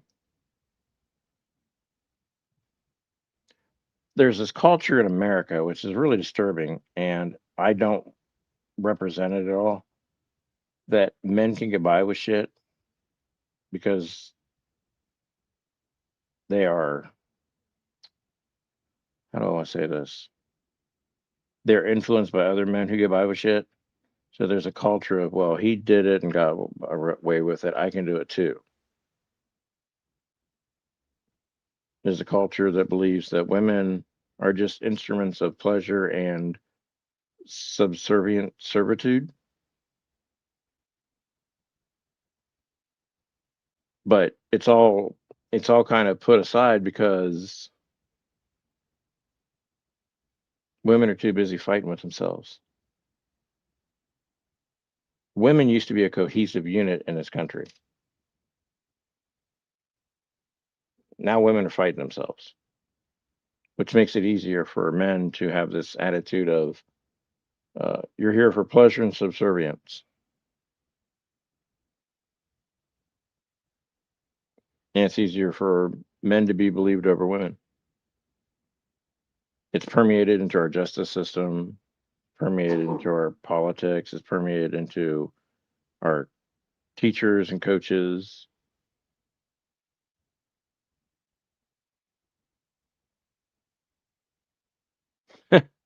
Cash, they're probably like, man, she's pretty much on it. Well, well, there's okay. So if you want to talk about the need men, there's jobs that only men do that would really make life really bad for you if we want to get into that. But you don't need, you don't even need other women. The thing is, there shouldn't be a need or a want. It should be a natural affinity. For a long time in my life, I noticed a natural affinity where women stuck together because of their similarities. It was like an unspoken telepathic bond where you didn't have to, make long speeches about women's rights and all this. Women just stuck together and stood up for each other. Now, not so much because they're all fighting. Um, I think people need support, and I wouldn't limit it to men or women. I think individually people need and desire support and connection so that they feel good. That's right, Janie. And we might do it eventually, someday. If you want those pickles now, I don't know, but later, if you want those pickles, we'll be there. Just not during the game. Chocolate wine and long walks on the beach.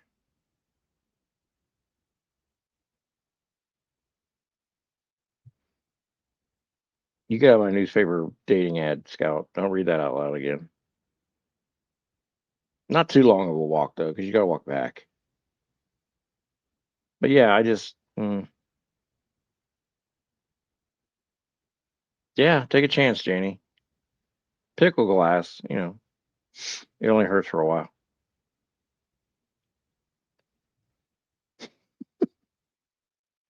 So it's good. It's good that I like to see. Okay, so this is where my thinking gets complicated, and people start to message me privately and go, "What the hell are you talking about? Why are you saying this?" I don't believe in a lot of labels. I don't believe in a lot of division. Human beings need human beings. We're a group mentality sort of thing, group think. We need each other. We work better, more efficient with people that are like-minded and goal-oriented towards the same goal. Like-minded individuals, and we just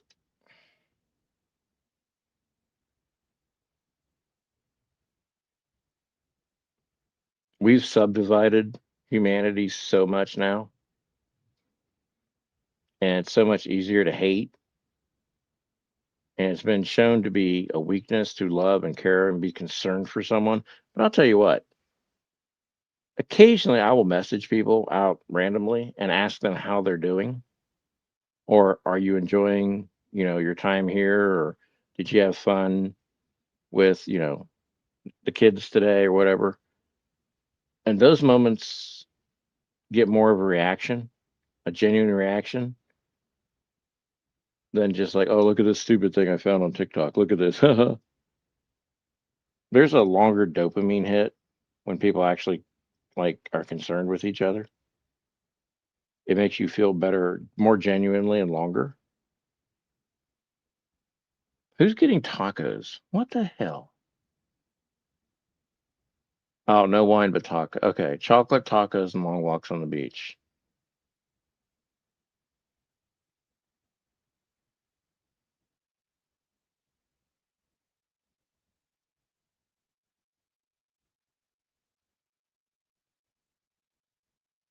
Well, Janie, look at it this way. You want certain things, and right now Luke provides those things. Now, whether Luke changes who he is or you change what you want, that can shift it up, right? But there's people could be content. You want him. See, I never want people to need me. I would rather be wanted than needed. Because needing me is what I can do for you. Wanting me is who I am, being accepted for who I am in your life. When people say, oh, I need you, or, I need you in my life, I'd rather them say, because it seems like a choice rather than like a last chance desperation mode.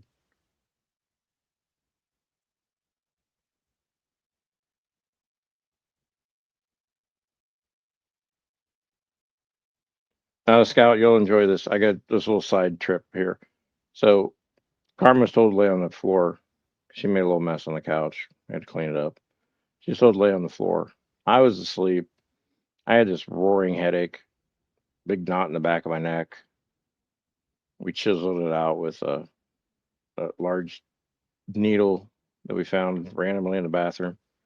And swelling went down. I took a nap. I woke up, and she immediately got up and she started just staring at me and staring at mom and staring at me and like basically telling me telepathically, "Mom's mean, Daddy." She made me lay on the floor like a peasant, sad eyes. I thought she was about to cry. Really, it was very sad. Um, so I told her to get over it and quit being a drama queen. And then she went on to go pout. Very sad. I almost laughed at her, but oh wait, I gotta read Cass's last comment. Oh shit. Oh, that's not Cass. That's Carla. You don't need a car to get to work, but it sure the fuck helps and makes it easier. Same about yeah, women and men needing each other. Well, as long as they're the right. Yes, I know, I know, I know. Twisted Art Lady's here.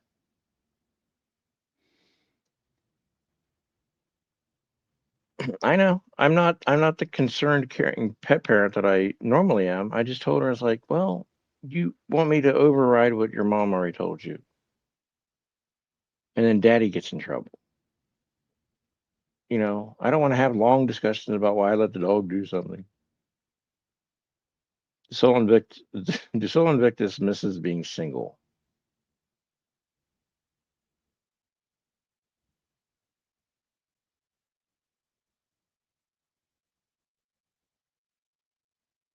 You have to run in a minute. Why are we running? It's fine. Don't feel like you have to justify only staying 1 minute. I'm kidding. That one cup of coffee will keep him around. I bet you send some really good like lovey-dovey notes for him. Luke, I would have got rid of you years ago, but I needed a cup of coffee. Thanks for staying around all these years. By the way, I need a cup of coffee. Yep. I had post-it notes everywhere on Janie's house, I bet. I love you this much, but not that much. I need coffee.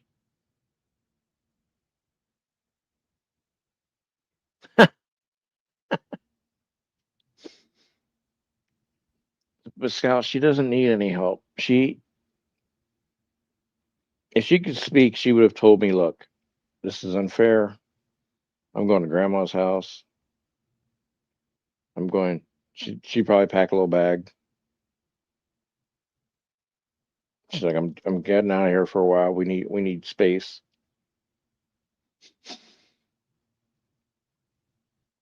I'm not the one that gives in to her usually, so you know, I don't know why she thought that was going to happen. Twisted Art Lady says she enjoys hanging out. We gotta go back to the. Let's take a look at the poll. Poll. Up. Twisted Art Lady's doing another live stream soon. Games, Jackbox, and Hangout. She's a huge fan of inappropriate behavior. Psst. Well, you won't find it here over here. We're very straight laced.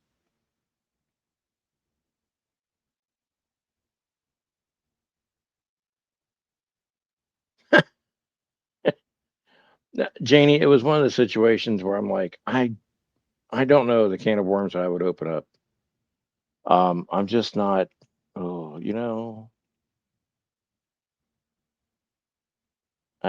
yeah. And I wanted to stay there.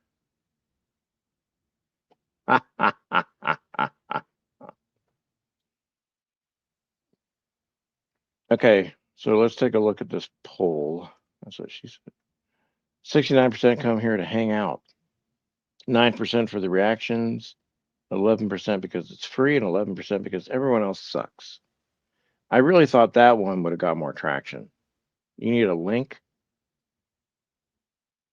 Did I forget to put that out earlier? Whoops. Folly. There's a link.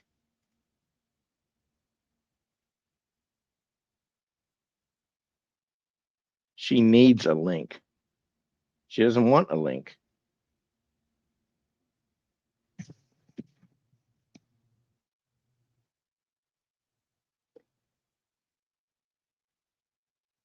She had to run it a bit, but now she needs a link.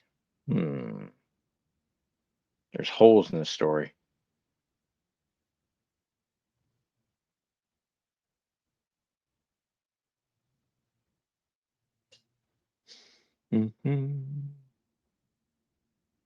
Let's say, are you going to dial up? Hello? Hi, you're a pain in my ass. Do you know that? You are I lost count, person to say that in my life. Oh, I bet. Do Can you you tell me have why? any idea how many people have said that to me too? Just saying. Probably more than me, because, well, No. I'm innocent. No. You take the ribbon on that. Does anyone argue with me? Jeff is more of a pain in the ass than Twisted. Come on. Come on. Y'all agree. Where's my I know Jeopardy you do. theme song at? No, Why am I y'all a pain in the ass definitely now? agree. Y'all, because obvious. What? All of y'all agree. All of y'all. No, they don't. I don't think they all do. I They know haven't I'm said on anything Jeff's yet. channel and y'all are Jeff's followers and all that, but it's true. So Cass agrees. Cass agrees. Janie agrees. I don't see them agreeing. I don't know where you. They agree though. Come on, ladies. Oh, Come on. Evelyn doesn't agree. Evelyn, I can't believe this. Oh my god. He's a pain in the ass. Why am I a pain in the ass now? Like today? No, not just today. You've been the whole time. Well, consistency is one of the things I strive for. So no apologies. Janie wants to know what she agrees with. They do agree, though. With what? They're not saying it, but they agree. Well, Janie wants to know I what promise. she needs to hear it again. I'm just not scared. I'm gonna say it. Okay, go ahead. I did. Oh, Janie, she says that I'm a bigger pain in the ass than she is. Right? You're a bigger pain in the ass than Janie is? Is that what you're saying? No, Janie wants to know what she's trying to agree with. Apparently, you said she agreed with something, and she wants to know what she's agreeing with. You are definitely a much bigger pain in the ass than Janie is. Janie's not a pain in the ass, but Now, see, this is why I worry about the tap water in Texas. Janie's adorable. What? Originally, you said No. I said that yes. you were a pain in the ass. That's all. A bigger pain in the ass, or just a pain in the ass? That's the only reason I came up on this stream tonight. Okay, Janie. So apparently, you agree that I'm a pain in the ass. She just said, "I don't think either Of course of she you is a pain in the does. ass." Everyone in the chat does, but will they say so? Yeah, they would actually if they agreed. No, but that's not the truth. That's not the truth, Jeff. Yeah, it is. They would definitely if they believe in something. They agreed, but they do agree. Everyone thinks you're a pain in the ass. No. We like you anyway. You know what I mean? Well, some people do. I'm on that team. I like you anyway. But that's the truth with me. See, I can admit it about myself. Everyone loves me anyway. Well, let me think. No. No. You agree, though. I disagree on the agreeing. No, you don't. You do not. Only because I'm very oppositional in things. He's lying. I don't like ass pain, Janie says. Well, yeah. Most people don't. I'm not going to ask questions, actually. Seaglass also hates ass pain. Cass thinks both of us are pains in the asses. I'm definitely a pain in the ass, but I'm the only one up here that will admit it that is a pain in the ass. I never said that I wasn't. No, you were trying to pull some bullshit, Jeff. You don't even know what eye color your left eye is. So excuse me, I do too. It's the same as my right. Okay, well that's good. I know I can be a pain in the ass, and I've admitted it to everyone in my life. What do you mean can be? I think it's your favorite setting. No. Yeah. That's how much you don't know me. It's his favorite setting, but it's a playful thing, you know what I mean? I'm not insulting you. Huh? I'm not insulting you. I like how you make statements very factual. You're like, I'm not insulting you. I'm not, though. Cass is a vote neutralizer. Visceral organ pain and ass pain. See, you got them talking about their pain. Let's talk about ass pain. We're not talking butt cheek pain, I think. I think that's different. So what are you doing tonight? You're going to go play games tonight? Yeah. You got me figured out. Huh? I said you got me figured out. Well, that's it was on my page. I'm going to play jackpots. It was on my feed. Yep. Wasn't that hard to figure. It wasn't like I was. But I mean, that's what I do. That's typically what I do. It's usually what I do. It's usually not art. Thought it was an art stream. That is going to change, though, very soon. I don't think it will. So, you're not. By the way, what's that? You're not doing a live stream tonight, right? I am. No, according to your live stream, it's live in 24 hours. Well, I'll fix it when I go live. Mhm. Does it really say that? Yeah, I wouldn't lie. See, I'm not being a pain in the ass right now. Not at this exact moment. He's not, See y'all. that, but that's not all I am. See, it's, I'm very like I'm a speaking spell. Yeah, live in 24 hours, August 10th instead of August 9th. That's not. It says August 9th on my side. Well, I'm showing you what the public sees. Yeah, I see that too, but when I go to my StreamYard, it says Okay. that's so funny. So you're going live in 14 minutes and not Something like that. 24 hours, 14 minutes? Not 24 hours. I mean, I might go live in 24 hours too.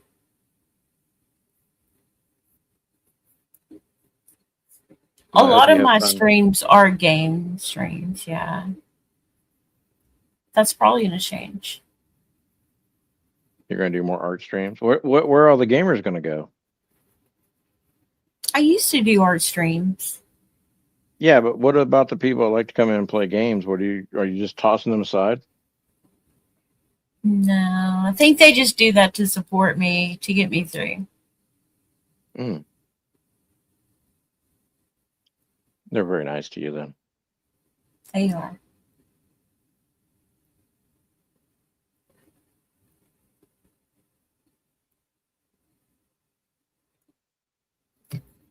I've had a lot of support to get me through, actually. It's been a while. Yeah, we're gonna get Jeannie back in a routine. I totally stopped watching Steve Harvey and Family Food reruns in order to, get ready for Janie's Tuesday night. And then she was good there for a bit, and then she, things happen, which is fine. I don't hold anyone to a schedule, but I was like, I gotta go back to watching Family Feud reruns. So, Jeff, I think you know that I'm doing a fundraiser. I'm not sure that anyone else does. I'm not trying to attract attention to that, but I'm just saying it's going really well. Where can they find information on your fundraiser? When I go live, it'll be on a scrolling across on a banner, actually. Cool. But I just wanted to say I placed one order I found a really amazing sale for canvases.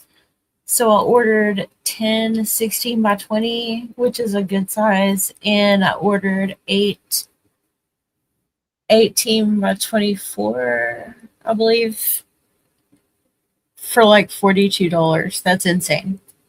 Mm. That's extremely cheap. I cannot believe that I did that. I also placed 2 orders with Temu for art stuff and another order for Amazon. I need to place an order still for Michael's, and I need to go to Home Depot for another thing. But like I am like excuse me, I'm like 2/3 of the way ready to enroll in my art school. I cannot take it. Is this online or is this in person? It's an online school, yeah. Okay.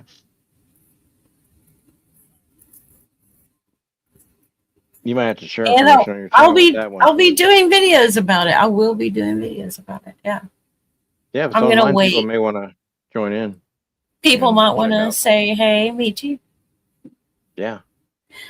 If it's the right school for you. Like I've looked around, I've wanted to find a school that was right for me, and this is the one for me. I submitted my artwork to a school to see if I was eligible, and they said, "Get out of here with that stick figure crap." I can convey a lot of things in stick figure that I don't need a full bodied, painting, drawing, or whatever sketch. I can do a lot of stick figure communication. And that's where I want to excel. There's Stick no need figure. for there's no need for full body composition and anatomically correct characters. No, that's ridiculous. All right. Well, thanks for having me up. I'm No gonna hop problem. off of here and have a minute before I go live. All right, have fun. I'll see y'all in a day or few, I'm sure. Cool, sounds good. All right. Poof, I'm going. I have no idea what she said at the end. She had poop on one. I don't know. Full body painting, yes.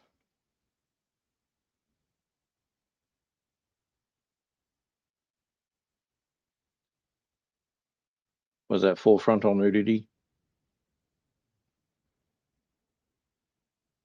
Twisty. She sounded a little twisty.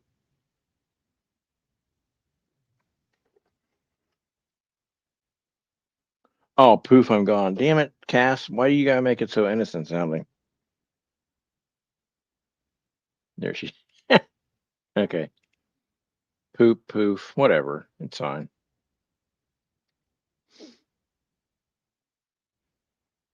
Ladies and gentlemen, Jenny Bobaney. Hello, my good man. What's up? Nothing. Is my fan too loud? No, but your volume on your microphone's low. Okay, well, let me turn my fan down and see if that helps the volume. Because it's noise canceling, so. Is that Let me any see if I better? can. Let me see if I can bump you up on my end here. I can't. Oh, Audio. try that. Say something now. Is that any better? A bit. I've got you all the way up to 200. Keep talking.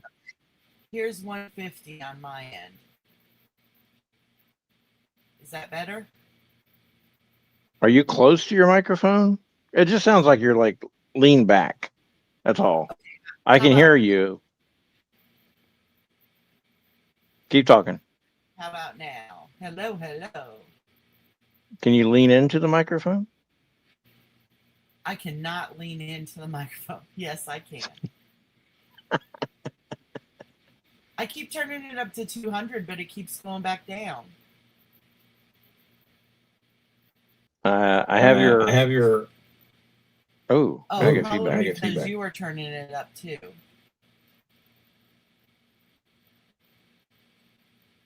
Is that better? We can hear We you. can hear you. Let's. Okay, let But me I'm try also that. hearing me now. How about now? Hello? Hello?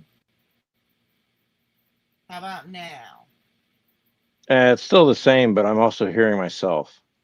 No, I'm not. Okay. Okay, I turned echo cancellation back on. Okay. How about now? That'll work. I think everybody can hear you now.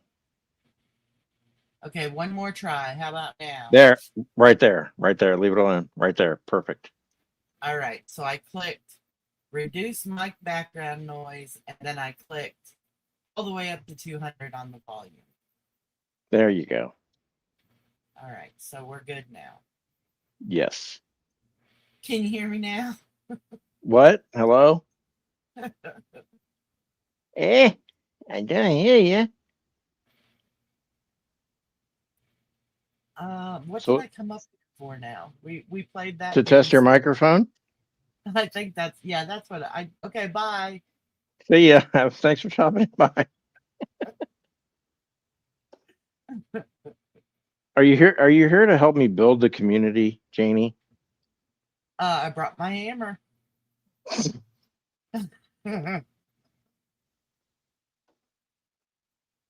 My Take family that. loves me. I randomly will go around the house and be like, when you connect to people, you expand your horizons. And my son just looks at me like, oh my God. I'm like, hey, it's 34 years of corporate speak coming out. That's right, team building. Yes. Yeah, because we're not just friends here; we're a family. We're a corporate entity. Wait, no. Yeah. So I occasionally have to eke these out and just get them out of my system.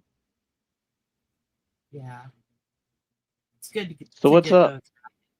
Well, today, I watched a video for Canadian Cat Day, and I appreciated the good vibes going out to the cats, but I heard a lot of downing the dogs because he's like, the dogs pee and poop all over the house, and I was like, whoa, whoa, whoa. Where? Oh, what kind of dogs have you been in contact with? Because the whole idea of taking dogs outside is for them to pee and poop out there. Right. So I don't know what kind of dogs he's been around, but he needs to expand his horizons on what is acceptable dog uh, companion behavior.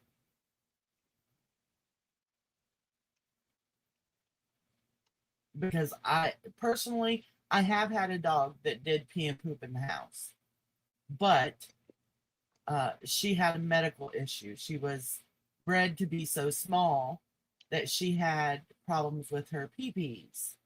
Okay, so she couldn't really sense the time between when she would sense that she had to pee and that she would start to pee was shortened immensely. But even then, she didn't just pee all over the house. We did pee pads with her, and we kept a pee pad in every room of the house so that she could get to it fast enough. And we trained her to do that. So whoever he's been around who just has these dogs that are peeing and pooping all over the house, he really needs to talk to them about it because that's not a thing. Things can be changed. Things can be fixed. Right. All these things can be handled. That's why you train your dog. Yeah, just And like dogs train humans. yeah, I've been trained very well by all the dogs I've ever had. And actually, with dogs, I prefer dog bathroom over cat bathroom because, you know, although it's nice not to have to take the cats out and they go to the litter box, um, I don't like cleaning litter boxes, and um, they can get stinky even if you keep them Yeah. clean, you know. And I just always worry that when someone comes in the house, usually the first thing I ask someone who I know really well when they come in my house is, "Does it smell like cat pee in here?" Because I know they'll tell me the truth if I know them really well. If I ask someone who's just like here that I don't know that well, they're not likely to tell me the truth, you know. I've noticed that if you use carpet deodorizer, if you light a candle or you have some kind of scent going through your house, like after every live stream, I sage and smudge. But um, To get if you rid of the if you go out for a bit and you come back in, you're like, "Oh, it smells great in here," and then like 10 minutes later, you're just so used to it you can't tell. So it is good to have outside, you know, yeah, yeah, verification. you go nose blind for real. Yeah, When I've been out of the house like all day long and I come back home, I can really smell my house. But if I've been sitting here all day, um, I don't smell what my house really smells like. true. Or if I just go out for 20 minutes and come back, I don't smell what it smells like. But if I've been out like all day long, going different places, and then come back home, I can smell it. That's why I try to leave. That's why I try to keep it clean, so when I come home, I don't smell anything but like freshness. I had Because a you don't want to kid come home come to in. smell muck. One of Luke's cousin's sons, when he was little, came in my house one time, and I never got to find out what he meant by it. He came in, and as soon as he came through the door, it was the first time he'd ever been to my house. The first time he came through the door, he said, "Does your house always smell like this?" And I tried to ask him, I was like, smell like what? And he's like, I don't know. I don't know what it smells like. And I'm like, is it good or bad? And then he was off doing something else, playing with the dog or something. And he never answered me. So I don't know if it was a good or bad smell, but That was very ever polite of him. it was. Does your house always smell like this? So yeah, he left me with that for the rest of my life. He's gone on and become an adult, and I'm still sitting here wondering whether it was a good or bad smell. He needs to be confronted. Hey, coffee nut, what's up? Yes, he does, but he doesn't remember it now. Well, he will. Once we hook him up to the machine, he'll remember everything he's ever said. Well, I'm We need to thinking it know. had a good smell because he didn't make a face or anything. And I think at the time I was using some kind of baking scented candles or whatever. So Yeah. maybe it smelled like cookies or something, or cake or vanilla or caramel or, you know, I'm good, coffee nut. I Just coffee keep it, nut. we're trying to figure out if Janie's house smelled good back in the day. No, I think maybe he was like not used to a house having a scent or having a bad scent. And he was like, does your house always smell like this? Because this is way better than home. This is way better Well, than the library. This is way better than, well, everywhere else I've been. I thought that too. I thought, probably it was maybe shocking to him and he didn't know what it smelled like, or even if he liked it immediately, because he came from a very large family of all boys. His mom Yeah. is the female in the house, and she's kind of a tomboy. She doesn't care about flowers or smell goods or candles or perfume or any of that stuff. She's So just he lived kind around a lot of boy and tomboy monk. There wasn't anything pretty or scented or most of right. likely their perfume and Car parts and oil, and I know they had oh, what are those things well, like the lizard things, the big ones that eat roaches and stuff. The lizard thingies, the bearded dragons, is that what they're called? oh yeah, maybe. So they had like snakes and bearded dragons and spiders, and his dad bred his dad bred feeder stuff, like he bred the crickets and bred the stuff. And so I mean it was a very masculine household, Did he and use I like had never. breadcrumbs or did he use like a? 'Cause I just thought they ate them raw. I didn't know they had to bread them.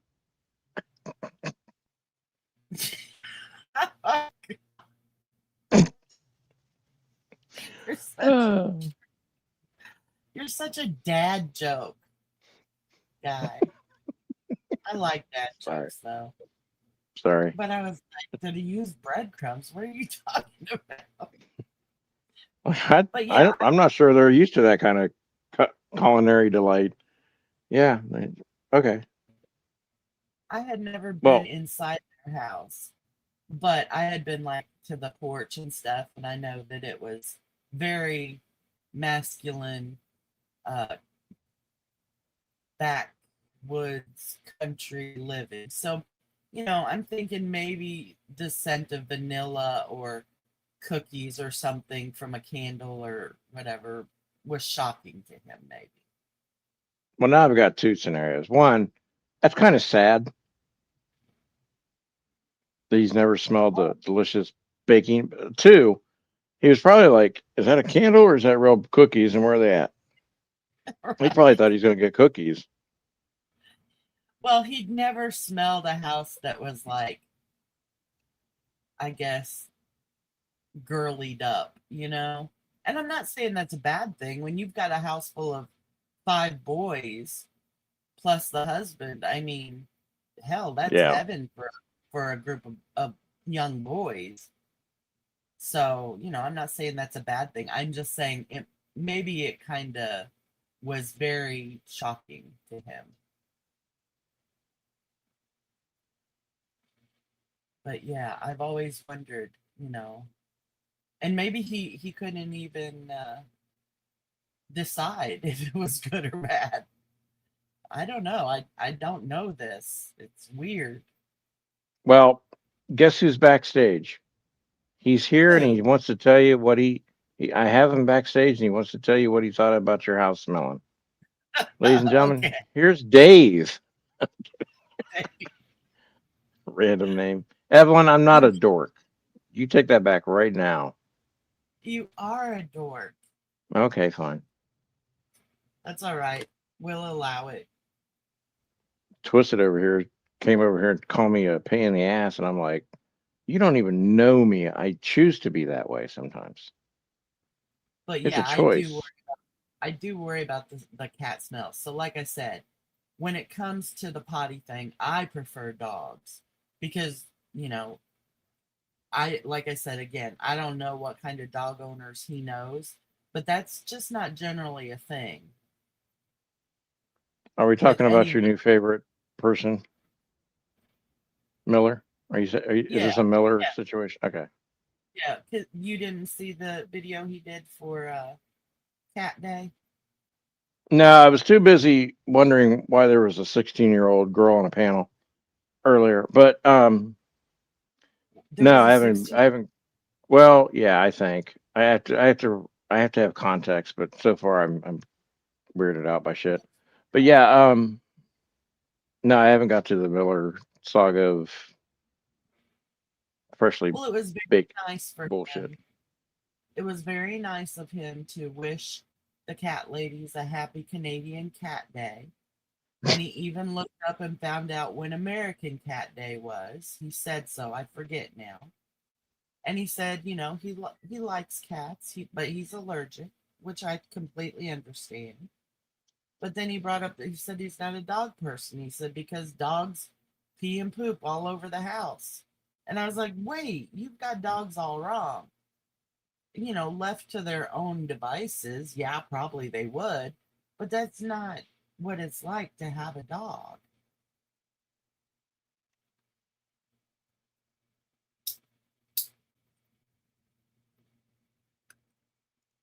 Yeah, if you're doing it right, that shouldn't be a problem.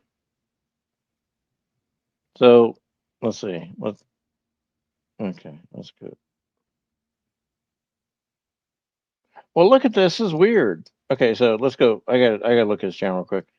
What should I make a video about next? Phil E and his victimhood, Tanya Z RIP, art video showing work, or Richard Groiper's deleted channel. Mm, there needs to be a fifth option. Don't. I think Let's see art what else. video work. I What? vote for that. I vote for art video showing work. Yes, all by himself.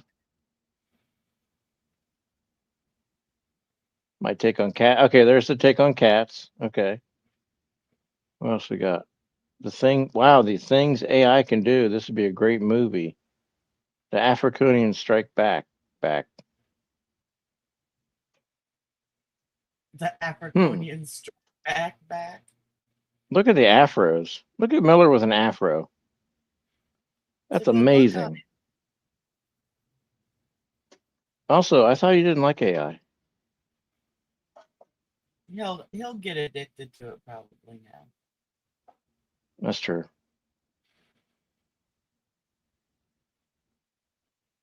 He's like, Who is man, the that was a biggest lot. bootlicker? You weren't part of the bootlicker voting squad. Phil, Tawanda, Pebbles, or Evelyn? Pebbles has the lead right now. Dang. Way to Texas go, in the lead. Pebble. Good job, Pebbles. Keep up the good work. Keep up the good work. Good job, Pebbles. I think I'm getting an I echo think I'm from you getting an again. echo from you again. Are you really? Yeah. Yeah. I don't hear it. Let me jump down and come back. Okay. Okay. Or do you want me to just jump down and stay down? You can come back up You if can you'd come like. back up if you'd like. What would you like? You come back You up. come back up. Okay. Oh. People are difficult. It's Jeff, though.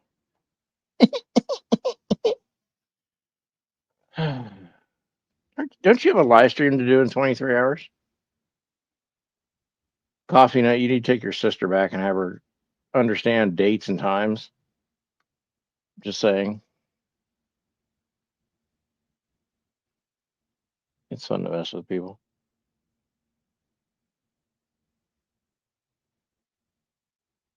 Janie, come back. There she is. Haha, now you're the biggest bootlicker. Who? You. Why? What'd you do? Because I made you tell me you wanted me to come back. You left my boot. I just said something to make you happy. That's Oh. called negotiation of emotional consequence. Or Okay. some other bullshit that I can make up.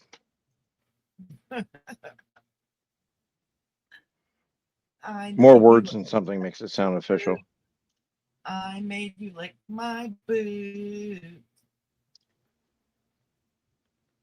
No, I would never do that. That's right. Yeah, that whole Jesse thing, though, it's had me pissed for like last week since I heard that he's off probation now and he's been through his counseling, but they didn't have counseling for child offenders. So they had to make up counseling for him, which included Lego counseling. And I think Seaglass had a great idea, make him walk on Legos the rest of his life. If that We was could what make him go Lego, clear landmines. yeah, something, but yeah, they said it included Lego counseling, and I thought, oh, don't be too rough on the poor guy. Poor kid. How will This is he where ever? things like sports are weird. Yeah, how will he ever come back from the probably 40 hours of Lego counseling he had to go through? Where he Okay, had I've to, actually looked it up. It uses Lego bricks to help children and teens develop social, emotional, and communication skills through structured role-based building projects. I don't think he needs any social help. I think he realizes at this point that that doesn't matter to him. Because when people said no, he didn't take that for an answer.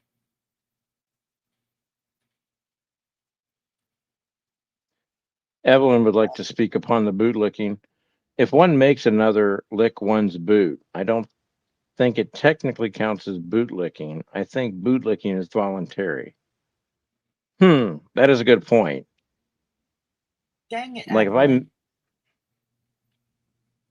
ha ha, She had to ha go and ha, run it for me. Thanks, Evelyn. her and her Thanks. damn logic. Man, can't win them all. Trust me, I've tried. It's not about winning though, Janie. You know what it's about?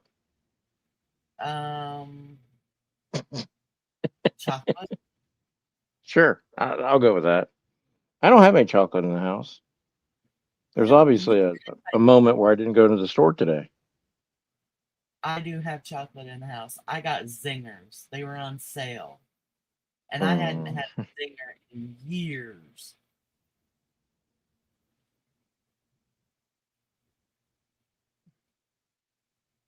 I think when an No, adolescent male gets off on choking females, that's called sociopathic. Therapy doesn't really treat that. You know what does treat it though? Landmines. yeah, landmines. Yeah, but there isn't any therapy for what he's got. There are offenders who can be helped with therapy, but not very many, because most of them are sociopaths or psychopaths. There are some offenders who truly like don't understand like boundaries and things like that because of their um, intellectual abilities. They can sometimes be taught like it's not okay. You don't hug someone without asking them first. Things like that about boundaries and about how to keep your hands to yourself and stuff like that. But no, he will offend again. Yes, Evelyn, and that's a guaranteed. And see, all the experts know this, right? But the courts don't want to hear this No, because the courts think whatever they do is going to make society better. They're going to clean up society by incarceration or counseling or I prefer the bamboo shoots under the fingernails. But when he offends again, you know who else should also go to jail in these the judge. cases? The judge. Yeah. And here's the thing with what Evelyn says, and this is the truth. And you can see it with almost every single serial rapist turned serial killer. Now that he's had a brush with the law and been forced to face quote unquote consequences, the next female he does this to, and he will do it again, runs a greater risk of not living afterwards, because his next step is going to be, if there is no victim to be a witness to what I've done, then I can get away with it. If she can't tell anyone, I can't get in trouble. And that's what happens to a lot of serial rapists once they are forced to face even the smallest amount of consequence. Child victimizers are the same. Their first victims usually live until they have a run in with the law in some way for what they've done. And then it escalates them to, okay, now I have this person and I know this person is a threat to my remaining free and able to do this. So now they're going to die.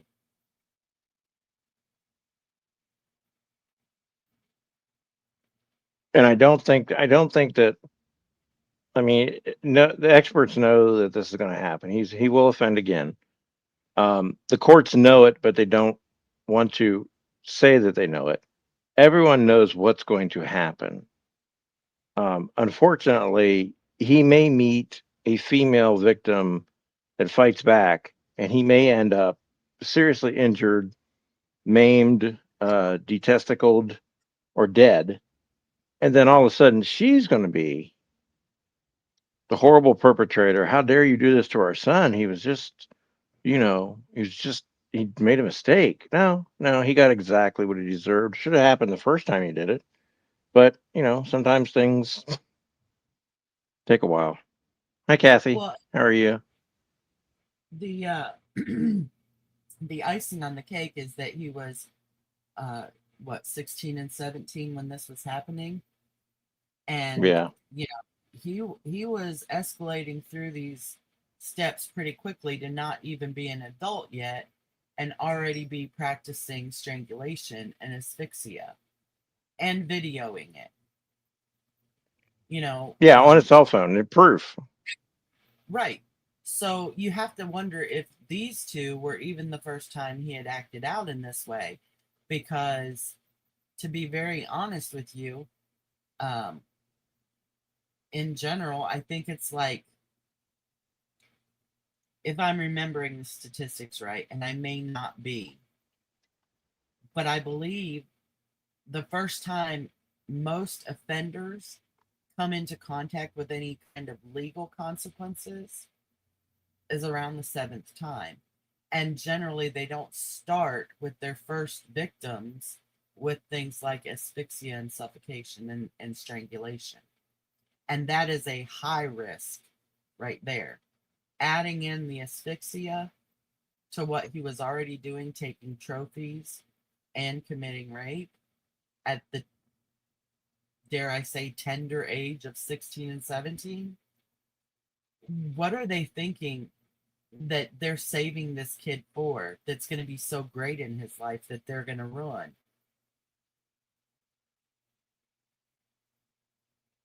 They're delaying the inevitable.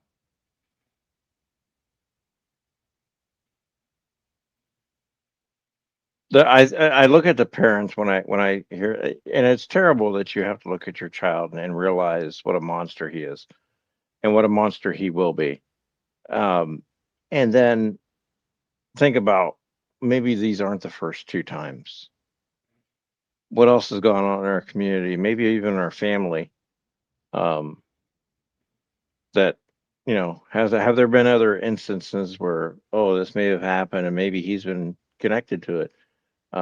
The fearful thing for, I think, probably the mother more than the dad, because dad's one of those jock people. He's like, oh, he's a baseball, he's a football coach, whatever. He's a director of athletics somewhere in the state. Toxic masculinity, the actual toxic masculinity, where you feel like you can dominate and hurt people and get away with it. What mom's thinking is, one day my son's going to end up dead. His name is It's Jesse it, Butler, Kathy. yeah, Jesse Lee Butler in Stillwater, Oklahoma. Um, and I know that people mean well, but I saw a lot of stuff on TikTok and also YouTube where they said, "Oh, he's going to go to LSU, Louisiana State." Well, Louisiana State's like, there's no one by that name coming here. But what the point was is like, hey, and I agree with this. I do agree with this. It's not like he was allegedly did this. There's proof he did it. We all know he did it. They punished him because he did something, right? It's not like they just Right. sent him to counseling because he had red hair. But so he's done it. Now, I do believe that we should find out where he goes to school or where he hangs out with people, and we should alert people. Hey, heads up. This Right. But happened. He's done it. the uh the judge even took that off of him. He doesn't even have to register for like 4 years or something, let alone lifetime. I think this should have been a lifetime registry. But But he if I could pee on just, the side of the road and someone sees me, right, in certain jurisdictions, I would have to sign up as a sex offender.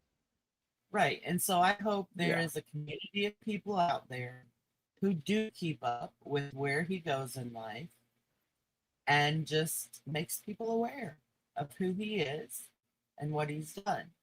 And that doesn't mean I want anyone to harass him, because I don't want to be legally responsible for someone saying that I'm setting this guy up.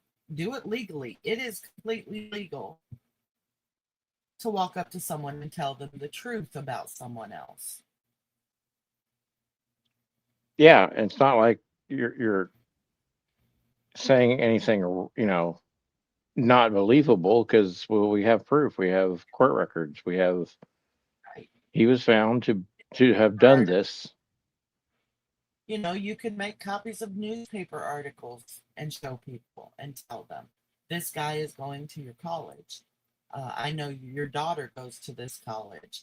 Let your daughter know, you know, within legal means. You don't have to harass him. Nobody.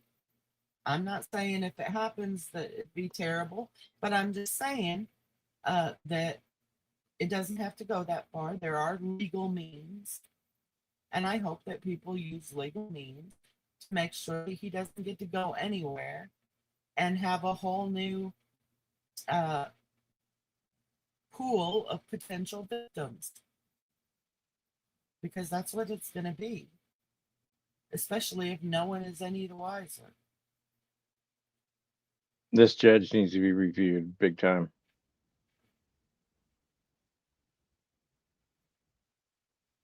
I just don't I see don't know where. that.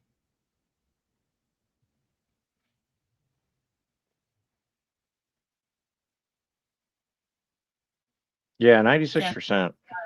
This guy is 100%. 100%. He was 16, 17 years old, already raping, already found an affinity for suffocation, strangulation, asphyxiation, which is really high on the list for reoffenders. That's not an urge that just goes away. And already comfortable with taking trophy videos of his actions. These are things that serial rapists and serial killers uh, discover about themselves over time. The first one is usually rushed and it's not organized at all and it's, messy and all of that. Then they have time to go back and rethink that and realize what they needed to get more excitement from it. And so then they might try um, something new, you know, until they find their groove, until they find what does it for him. He already knew what does it for him. He's already at the point where now that he has been released, his next step is killing the witness, the victim. I mean, I don't know what these people were thinking. Youthful offender, my ass. Does it matter what age you offend like that? I mean, there are certain offenses like shoplifting. Okay, fine, you're a kid, you shoplift. Okay. Um, when we're talking violent crimes that could lead to life-ending possibilities, I don't think it matters what age you are. I think it needs to be treated the same because, um, 17 to 19 is not a big leap. We have enough kids that are 16 to kill people and hurt people enough where, this whole age thing at his age, youthful. Right. It Yeah. wasn't a youthful offense to begin with. A youthful offense would be, tagging a building or knocking someone's mailbox down with a baseball bat. Those are youthful offenses, okay? So there really should be no such thing as a youthful offender if the offense itself is not quote unquote youthful. The things most kids do that are stupid and damaging to property and things like that, that's a youthful offense, right? Um, but this guy, one of the girls was strangled so bad she literally had to have surgery. Yeah. And she was Uh, woken up and strangled again. yeah, he woke her up and filmed it the whole time, woke her up, waited till she woke up, and then strangled her again. So, yeah. Well, in this case, Kathy, it's not that we think he should be in jail because we think he will reoffend. I think he should be in jail because he offended. He didn't even go to jail. He He was, got put on what? youthful offender and got how many months probation? A year? Mhm. 12 probation, and he had Yeah. to go to management, and he had to go to counseling. And they didn't have any child sexual offender counseling, so they just made up some counseling for him. He was He's currently 17. 9. Oh, sorry. Yeah. He was 17 when it happened. Yeah, and then 18 when they finally sentenced him, and now he's what, 19? Yeah. He got dismissed. Everything got dismissed a day before his birthday on August 3rd. No record. He will have no record. It will, nothing on paper. He doesn't have to register on any list. Nobody will be checking in with him again. After, his year of probation is done. He's free. He's out there in the world. If anyone looks him up, he doesn't have a record. Nothing. So he's going to go off to college with a campus full of girls having fun and doing what college kids do. And no one, depending on how well people around him can be misinformed or not informed or whatever, he may have a really, really influential university experience, which is a terrible way of saying that that it's terribly scary. I mean, there's society, like you talked, like Kathy asked, what is the society we do? As a society, we usually follow the law. We usually go with what the court system says. In this instance, I do believe that people need to be told that will come in contact with them, like at a university. Hey, that's Jesse Butler. Look him up on the internet. You don't have to say anything. Just look him up. Right. You'll see. Or say legally, you're legal to tell the truth. If you know someone whose son or daughter is going to that college, tell them that's Jesse Butler. He, raped 2 girls, strangled them, was put on probation for it, and let them spread the word. As long as it's the truth, you have nothing to fear. And, don't harass them, because then you get into legal trouble. then he's a we don't- victim. Right. We don't want people doing things that get them in trouble just for trying to do the right thing. But Vigilante education and information is great. Right. Vigilante justice sounds good in theory until you realize that the person who was only trying to do something to help other people ends up in jail longer than the person that they were trying to save people from. And again, if any normal child that wasn't really well connected with the authorities and the government and the town tried this, they would have got the 78 years. Right. Because that's That's what he was looking at. originally up for. That's how egregious what he did to these girls was. And Very again, rarely- when we talk about pro-life, and pro this, well, he's set. I mean, mommy and daddy will take care of him, his family, and obviously the judge is looking out for him. What about the girls? Is what is Stillwater, Oklahoma going to do for the girls? Right. They're the ones that have to recreate their life and find some sort of balance between what happened and what's happening in the future. So where's the pro life in like helping these women get back to a semblance of feeling human? No restitution paid. Everyone on his side goes back to just another day in paradise, and these 2 girls have to suffer each day. So again, I ask, like, why don't we? Why are we in a society that just doesn't care? Right.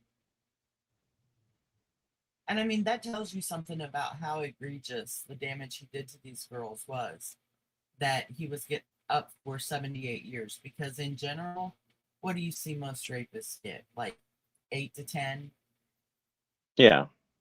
Even child, when their children are victims, they get 8 to 10 years, maybe 12. Here I think it's 10 per charge. Something like that, yeah. 78 years. He did a lot of damage. I know, to at least one of the girls. She won't ever be the same physically or emotionally and mentally. I don't know if he physically, like, I know physically he hurt the other girl, but I don't know that it's something that will continue, throughout life physically. It definitely will mentally and emotionally. And I think it's just really shitty for the judge to even sit up there and say the reason for trying him as a youthful offender is because they don't want to ruin his life. Oh, boo hoo. You'd rather, I guess that's the equivalent of 2 female lives, equal 1 male life. So that you can ruin 2 lives as long as you don't ruin 1 male life. I don't know. See, there's certain things that run through my head. Like, does the judge have a daughter that's going to college? Maybe we send him there. Is Daddy okay with that? I mean, are we okay with putting this man, this I'm sorry, this boy? Are we okay with putting this boy in close contact with your relatives? No, Like, Judge, not at do you all. have a niece or a granddaughter or a daughter that's going to college somewhere? Can we just shove them over there? Are you going to be comfortable with that? Or are you going to be like, oh, heads up? Yeah. What if your granddaughter or your daughter brings him home as her date? You gonna just be like, oh, have her home by midnight? Daddy, Jesse says he knows you. Oh yeah, we met. Like, and I don't want anything to. I don't want anyone to be used as an example. I don't want any harm to come, but I want the thought inside of these men's heads to be like, if I let him out, what are the chances that this comes back to haunt me? That he offends again, which experts will tell you that he will. Um, what if not only does he offend again, but it's someone in my family? Right. What if we get the Well, call at 3 o'clock in the morning that, we see that Susie's happening out a there on the lot. side of the road? We see that What's happening a lot, especially today in these times. Is that people have voted against their own interests because it didn't matter to them until it affected them, and now that it affects them, now all of a sudden they're outraged. right? And I think that's the same thing with this. If one of those girls had been his granddaughter, the judge's granddaughter, which he wouldn't have been on the case if it had been, so that it's not like that could happen. But I'm telling you that had one of those girls been his granddaughter, the boy would have been doing 78 years. We hope, but see, that's not even guaranteed. True. We hope. We hope that that would be the reaction. Like, I'm obviously not going to be able to be in this case, but I would definitely throw everything I could at him legally. He would, because it's not a matter of he's not innocent, he's not guilty. He's guilty. He's proof right on Yeah. his own cell phone. On his own The phone. Yep. the only the and we're not even, no one's mad about like the outcome of like the guilt versus innocence thing. We know he did it. Everyone knows he did it. He knows he did it. The The girls judge definitely knows know they it. did it. The judge No, knows the it. judge said he knows he did it. But That's why he now, did anything at all. but again, like, would my son receive the same sentence if he's just a normal, kid going to school, working, not associated with anybody famous or influential or powerful or important? Hell no, he probably gets 78 years. So again, the administration of the law and justice in this case, I would really be surprised if the feds don't come really down hard on this judge. And I think he So will catch federal crime. someone needs to, and I hope it doesn't take another girl being harmed by this person uh, to bring that about. If we're able to send parents who provide the ability for children to have guns and go to school and shoot up a school, and we can put them into prison, then if you're told by an expert witness that yes, this boy, child, man will offend again, and you let him out and he offends again, you should have to spend some time in prison too. I think so too, but I hope that's what I mean though. It's awful that that's what it would take. I wish it wouldn't take another girl becoming a victim for that to be put into place. Right. So you said something about he's is he currently being under review for this? The judge? The incoming new district attorney, who was not on the case at the time this happened, but is currently being installed into office, has plans to bring this under federal review. Good. See, that's how it should be. You shouldn't have to wait until someone else is harmed. And I have all kinds of complaints about that, because kind of like what Kathy was saying up there, do we put people in jail because we think they're going to do something? Well, no, you can't really do that. But like, I can give examples of myself or other people I know who, when you call the police, when you're in a domestic violence situation or anything like that, and you have a restraining order, they can't do anything until they do something, which is the most frustrating part of it, is I have to be harmed before you will do anything. Yeah. It's not enough that there was enough credibility in the claims and everything that you gave me a protection order, but because he's gone every time you get here, however long it takes you to get here, because he's gone, and when I was going through it, cameras weren't a big thing. They weren't for homeowners like they are today, right? And not everyone had a Ring doorbell camera or anything like that. And so I never had proof. How could I prove it if he comes, threatens me, harasses me, does all that? By the time the cops get there, he's gone. It's my word against his. So until he does something, what do I do? And that is frustrating and it's scary. And I just like what Kathy said, it's a balancing act. You have to balance a person's safety against the possibility that this person is really going to hurt him. And I don't know how we do that. I don't have the answers to it, but there has to be a better way. So if science can tell us that a flu vaccine, okay, we can't mandate flu vaccines, right? We can't mandate much of anything.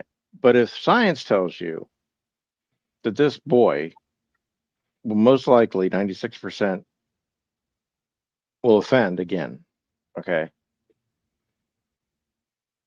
And it's not a matter that he's committed a new crime, but he has committed previous crimes.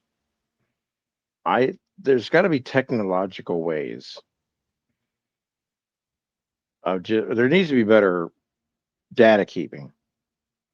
Because I mean, okay, let's say he stays in Stillwater, Oklahoma, and then all of a sudden there's a whole bunch of rapes being reported, but they don't really have any information.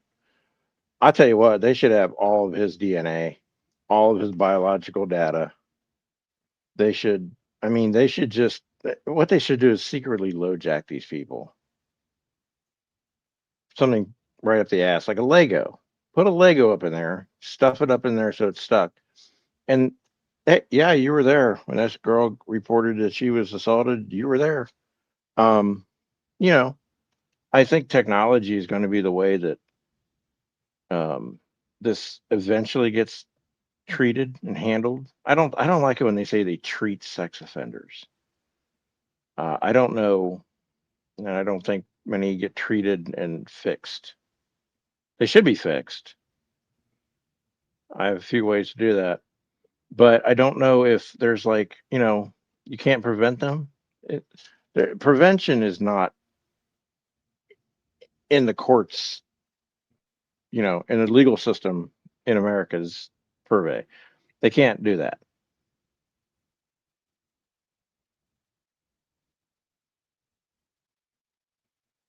Well, and the thing is, all the things that start coming to my mind that they can do, I can sit here and give you the argument for why you shouldn't be able to do that.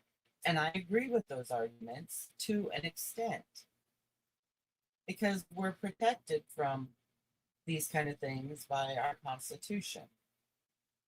So you can't, uh, you know, put a tracker on someone.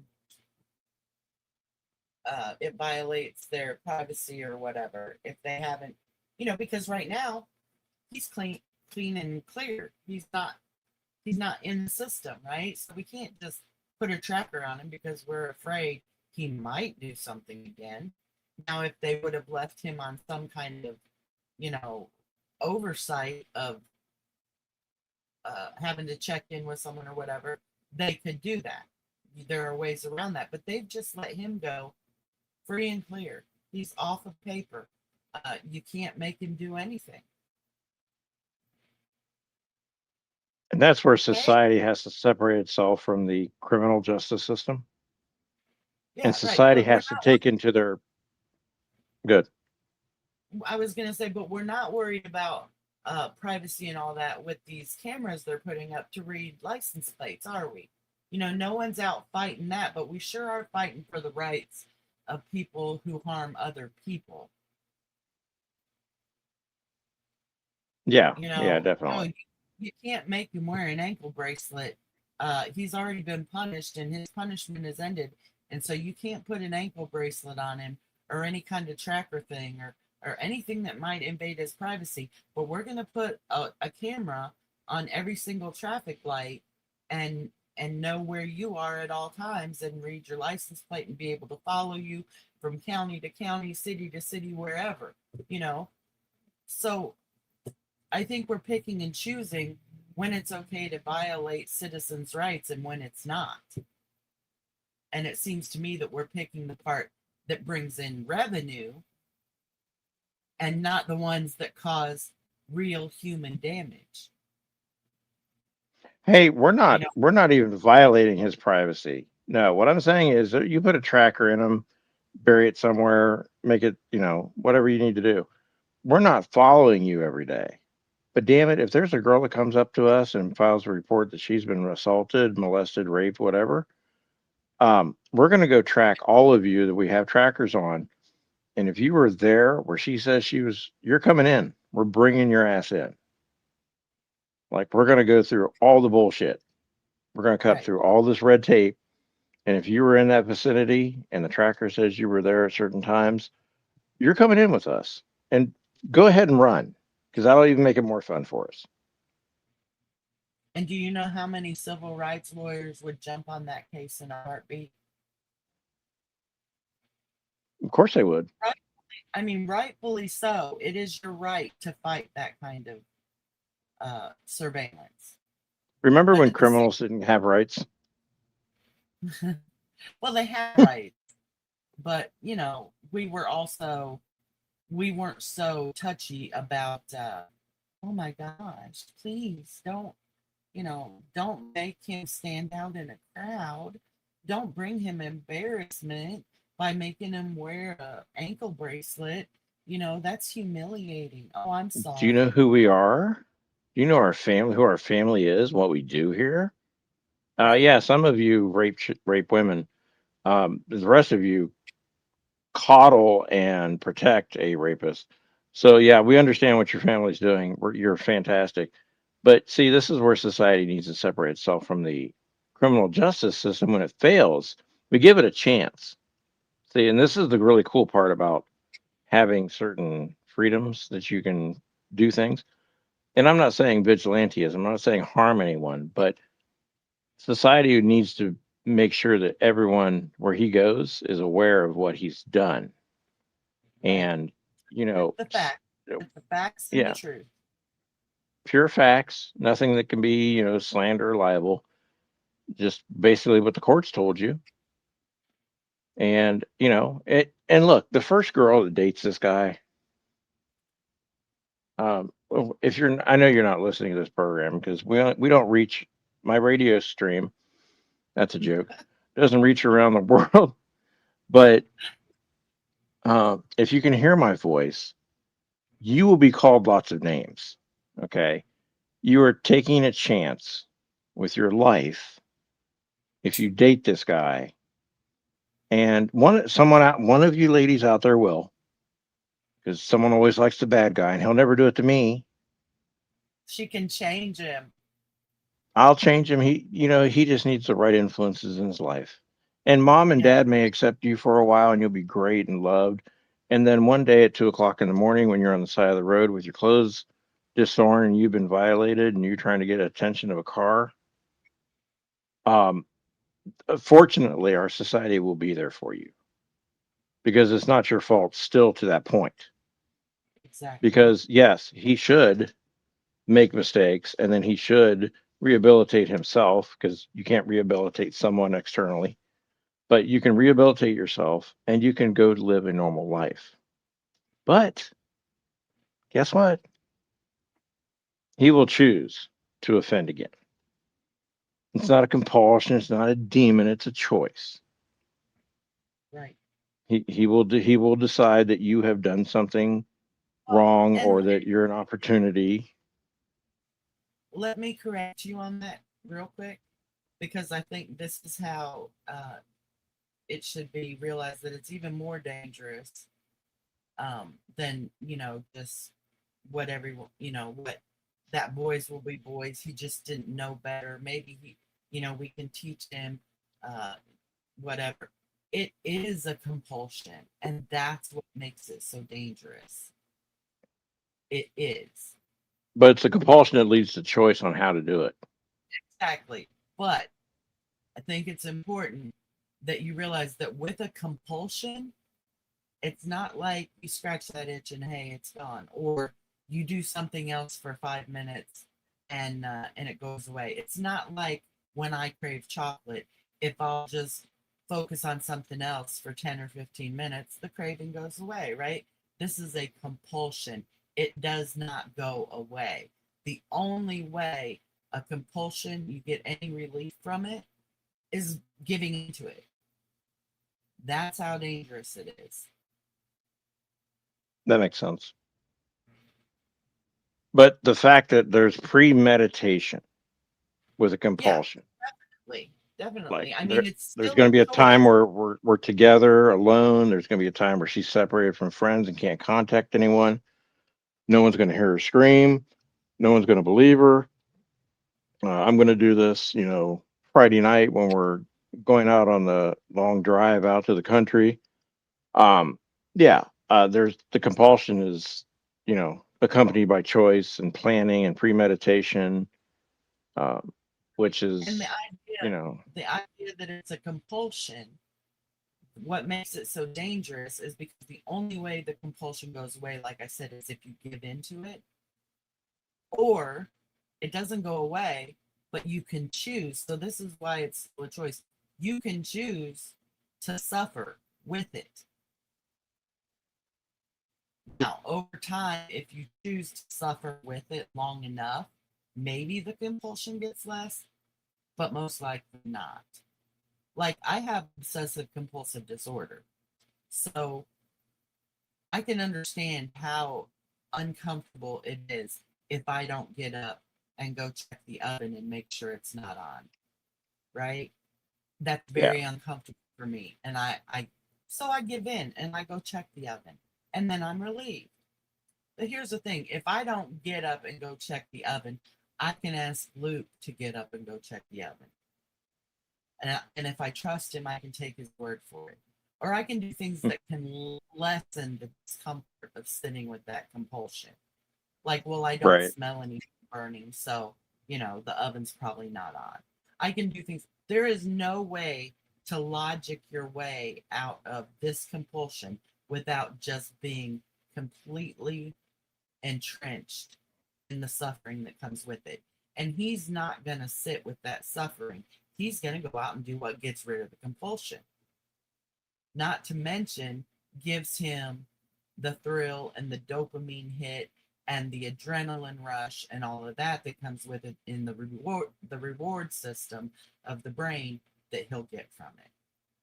So, the idea that it's a compulsion is what literally makes it very dangerous because they do not go away And now like I a crave. wonder, I wonder now that he's been pretty much let off scot free and, he's very merrily going about his business. Um, the next time when he does offend, is he going to think back to these two girls and say, oh, well, they told this one can't tell. I got to make sure she doesn't tell anyone. That Yeah, that's what I was escalates it. saying earlier. It escalates him from being a serial rapist. It's likely to escalate him into becoming a serial killer. That's what happens with a lot of people who've gone, you know, through 7, 8, 9 victims and haven't been caught. The victims live, and then they get caught, or they have a run in with the law, or they go to prison for a short spurt. When they get out, they go from being a rapist or a sex offender into a killer. Because if there is no victim left to complain to the police, or to report them to the police, or to witness to the police, then they got off, or they think they will. Yeah.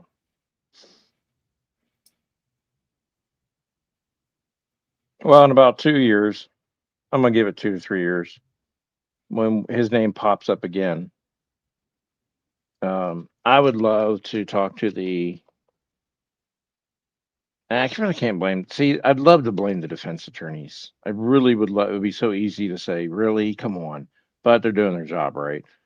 Um, and client attorney privilege and all that bullshit. But I'd really like to have the judge interviewed right before they lock his ass up for horrible injustices against his own people. I'd really like to ask him. So how do you feel about this now? Like how did what were you thinking last time? Did you have any like concerns, or did you really believe that this was the last time you were going to see this guy in the news?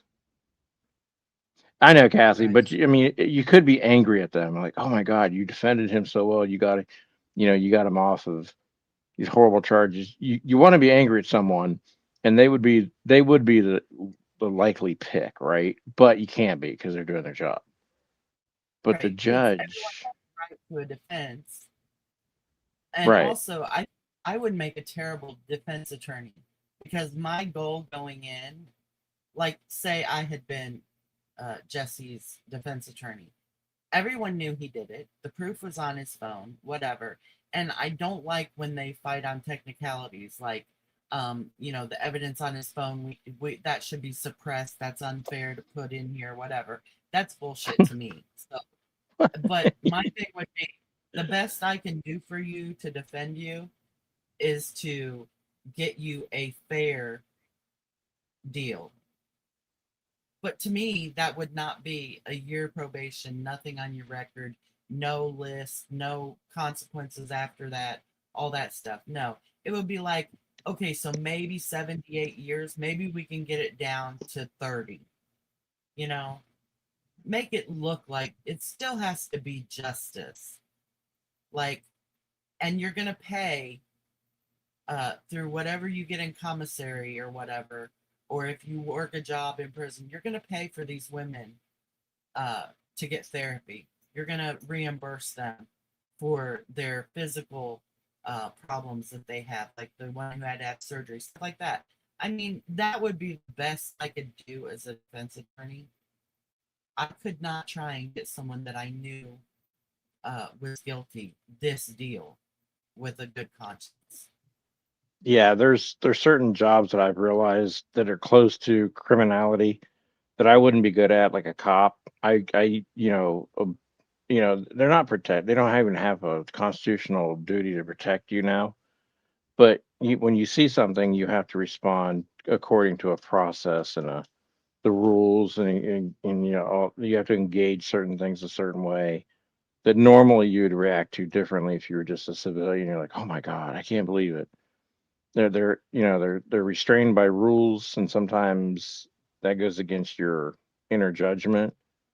Um, a defense attorney, yes, you're providing the necessary steps for a proper criminal defense and the whole system, but you may know that this person's guilty, and I Right. couldn't know that at the same time. I personally would not be good for that.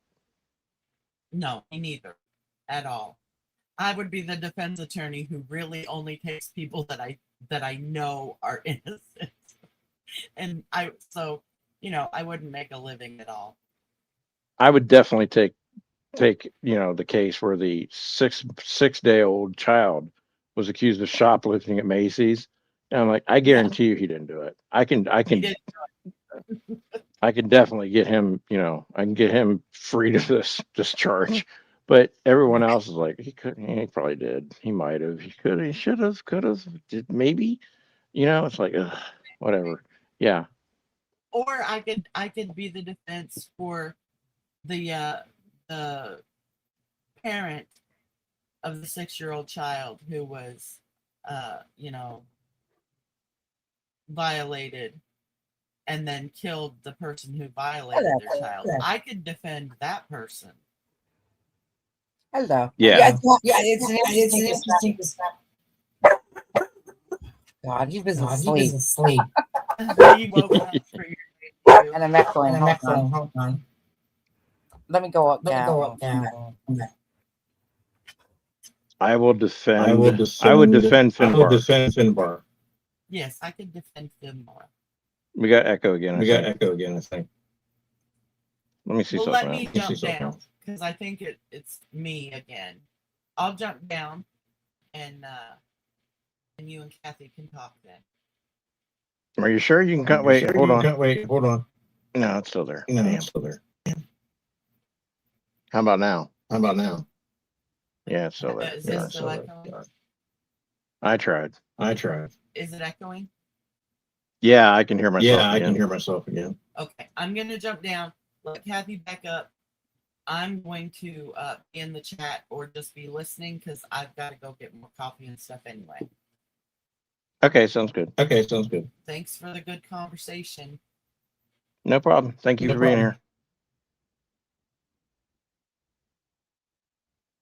Finbar has much to be telling us and has no time to wait for Kathy to speak first. So Finbar is like, I have thoughts. Here they are. And I just realized it's like 102. Yeah. Of course, Finbar was asleep, and then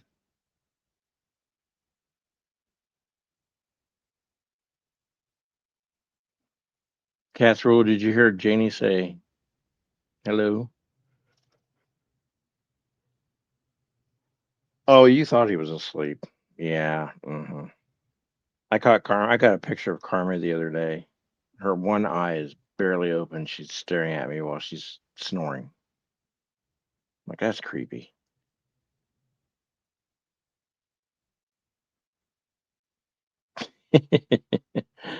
Poor Finbar.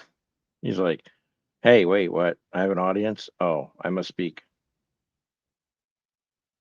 The Finbar podcast would be a great podcast. I mean, it would just be basically Finbar barking, but closed captioning with like someone typing.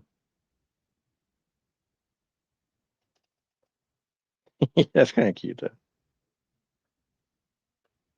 Karma's a very silent dog, unless she decides she wants to bark outside, but she's really very quiet. I would say 99.9% of the time she's nonverbal and quiet, and she talks a lot with her eyes. And she's gotten very well. She's really good at side eye. That is a specialty of hers. Like when you tell her, no, you're not getting any of this Mexican pizza. And she just walks away side eyeing you. No, Kathy, you're fine. No, I was going to wrap it up here soon anyway. Yeah, I mean, I know there's not answers to these things, but I think it's good for people to understand. I want it to be out there that is not normal and not acceptable by actual men, that the good old boys club is still active and around.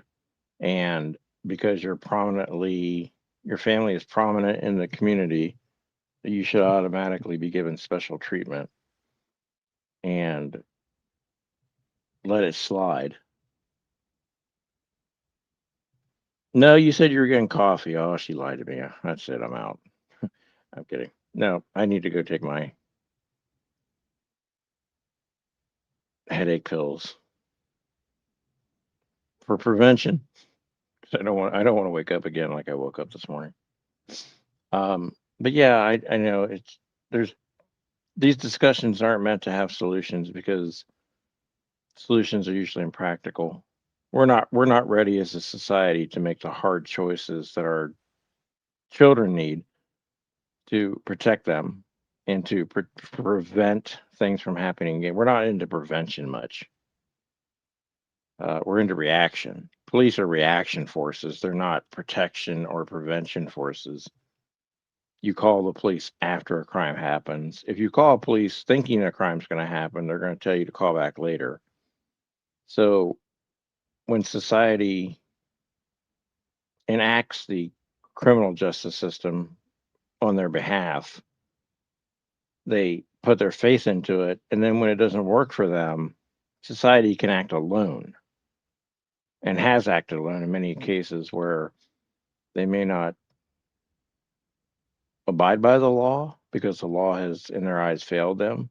And I'm not advocating for vigilantism or taking the law in your own hands, but it is an option that happens. And there's ways to there's pacifistic ways to make this man and others like him feel the pressure. Like there's no, it does not,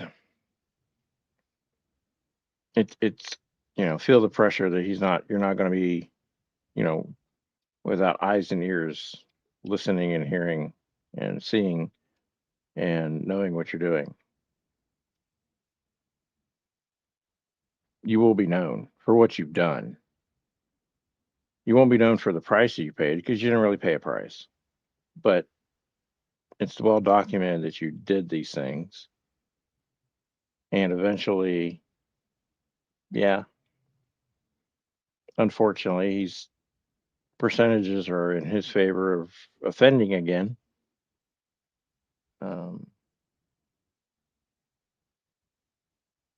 well, yes, Janie, exactly. And yeah, that um, we're not ready for that kind of society. That type of society has been bastardized in movies for a long time now. Minority Report. Two twins in a bathtub basically were telling us who's going to commit a crime and how to stop it. Um, Judge Dredd actually being judge, juried, and executioned possibly right on the street as the crime happened, as opposed to having a long, lengthy process where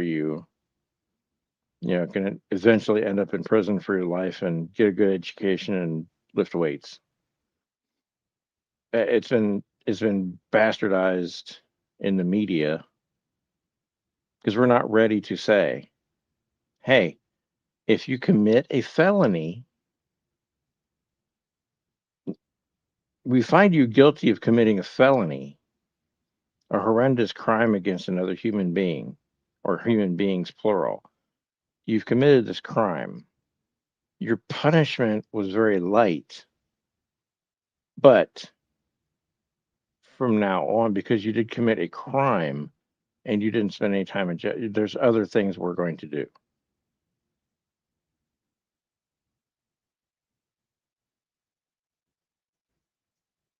But we're not ready to implement. And technology is going to be the key to this. Uh, technological castration is being introduced.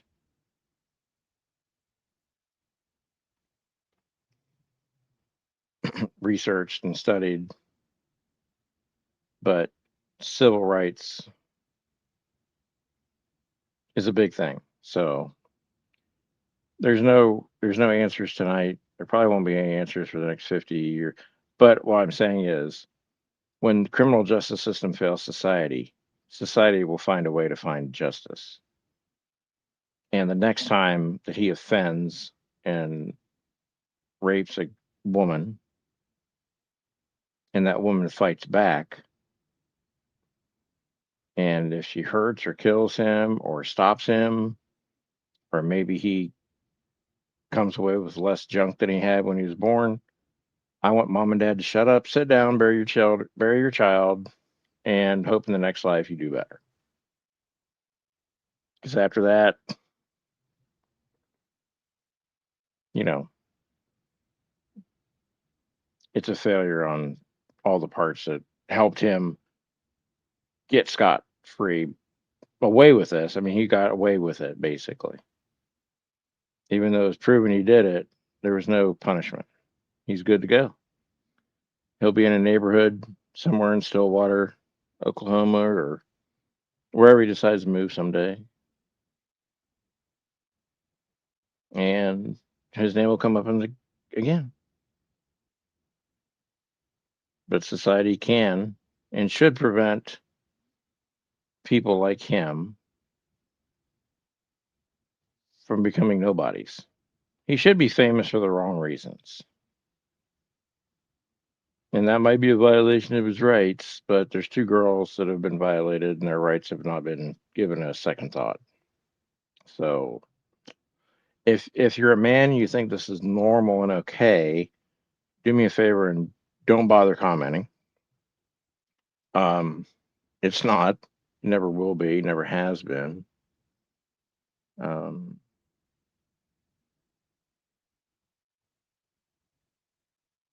and I would never, I've never given money to a GoFundMe or a cause.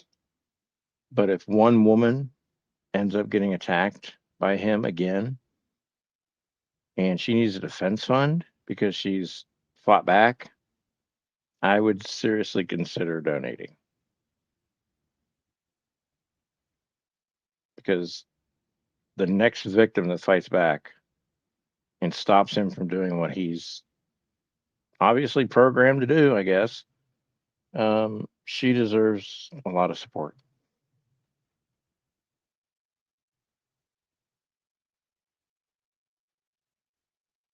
No, I honestly look at some crimes. You know, the weirdest crime that I don't understand why it's still a misdemeanor is drunk driving. There is nothing that is more flat out premeditated. Did you, Evelyn? I think you mentioned that before. So, drunk driving. I cannot tell you of another crime that is so premeditated. Okay, so here's the deal. You get off work and you either go home, change, or you drive straight to a bar. Okay, choice one, premeditation. I'm going to go to the bar. Choice two, I'm going to drink an insane amount of fucking alcohol and get drunk to the point where I shouldn't be driving. Okay, choice two. Choice three, I'm going to get in my car and try to drive home or somewhere else. Choice three, you've made three choices with no force against your will. And on the way home, you hit and kill someone, or you hit and badly injure somebody or somebodies. Okay. Let's say you don't even hurt anyone. Let's just say you get busted. It's a misdemeanor. It's not an accident. Oh man, I thought that bottle was water. It's actually Everclear or it's vodka. No, it wasn't an accident. It was intentional. Now, if you kill someone and you're getting off these really light sentences they give out for these first time offenders that kill people, all of that's on you. No one else to blame. Can't blame the victims. They're dead, right? You did it. You went left or center. You ran through a stop sign or sped or drove recklessly and caused, wrong way collisions. Happens a lot here. I know where it happens, so I know why it happens there, especially. So That's always been the one that I thought, if we bump that up to a felony, would it help? And how many DUIs do you get before you get your shit taken away? We'll take away a person's ability. Okay, so this one cracks me up. We'll take away, especially a man's ability to drive because he doesn't pay child support. But a man that DUIs 9 times and almost kills people on the road, we don't we don't really do much to him first few times. It gets a little costly. So if it comes to where people aren't paying when money's involved, these crimes are of high value. When people's lives are at stake, they seem to not to be so important.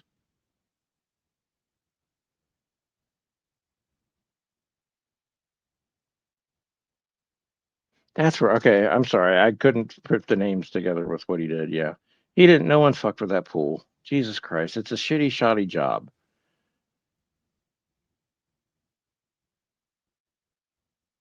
Everyone knows that it was a shitty shoddy job by just the time.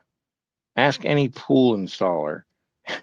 That was a shit job. It was a one of those fly by night roof construction people come in after a storm.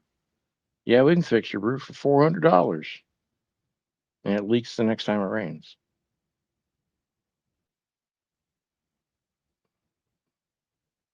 Yeah, Janine Pirro is probably going to be looking for a job soon. So maybe no, we need to get in that later. I can't do the Bucky's thing right now. No, I'm pissed.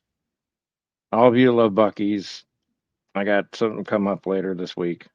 We have to talk about it. Hopefully, there's some movement in the case and a lawsuit here by Tuesday. But word is that there's going to be a announcement on the lawsuit. But maybe Tuesday or Wednesday we'll talk about it because it's fucking ridiculous. This country's ridiculous with lawsuits.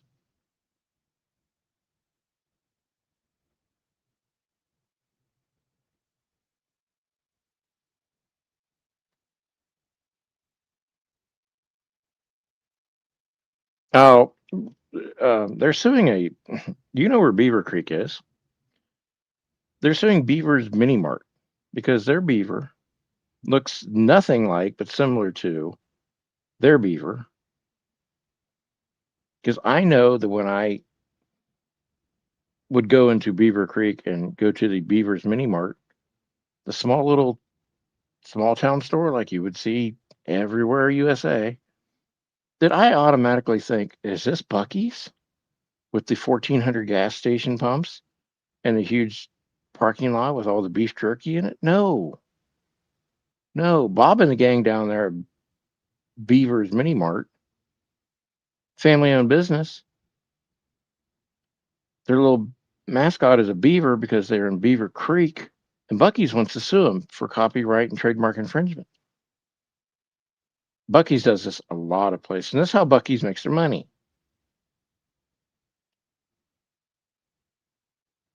Yeah, Afroman needs to get his $400 back. Fuck them. Um, I'm gonna watch that too.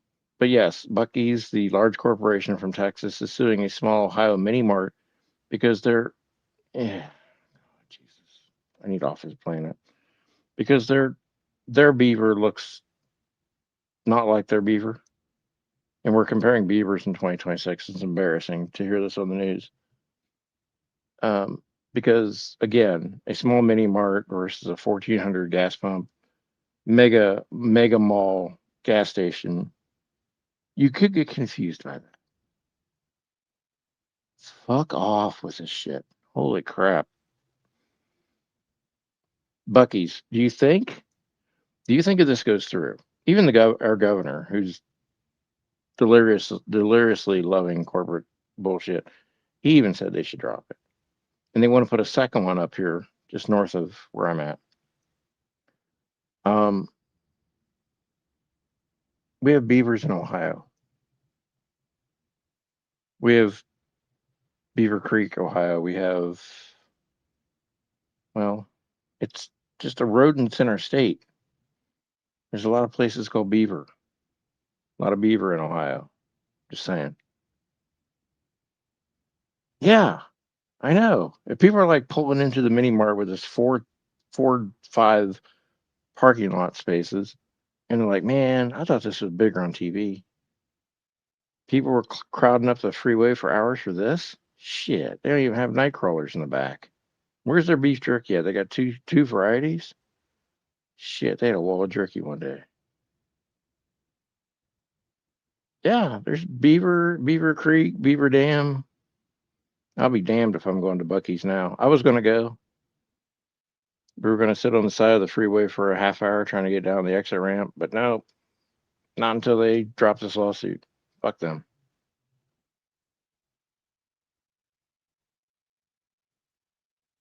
Nope. I'll go to Beaver's Mini Mart. Yeah, but I'll show you guys. Maybe I'll do a video or a live stream, or maybe I'll just do a video. I need to learn how to do those better. I'll show you guys you can go look it up. I mean, but I wouldn't get confused by the two logos. That's all I'm saying. All right, you all have a good day. I'll miss you all. You'll miss me more. And shut the fuck up. Damn.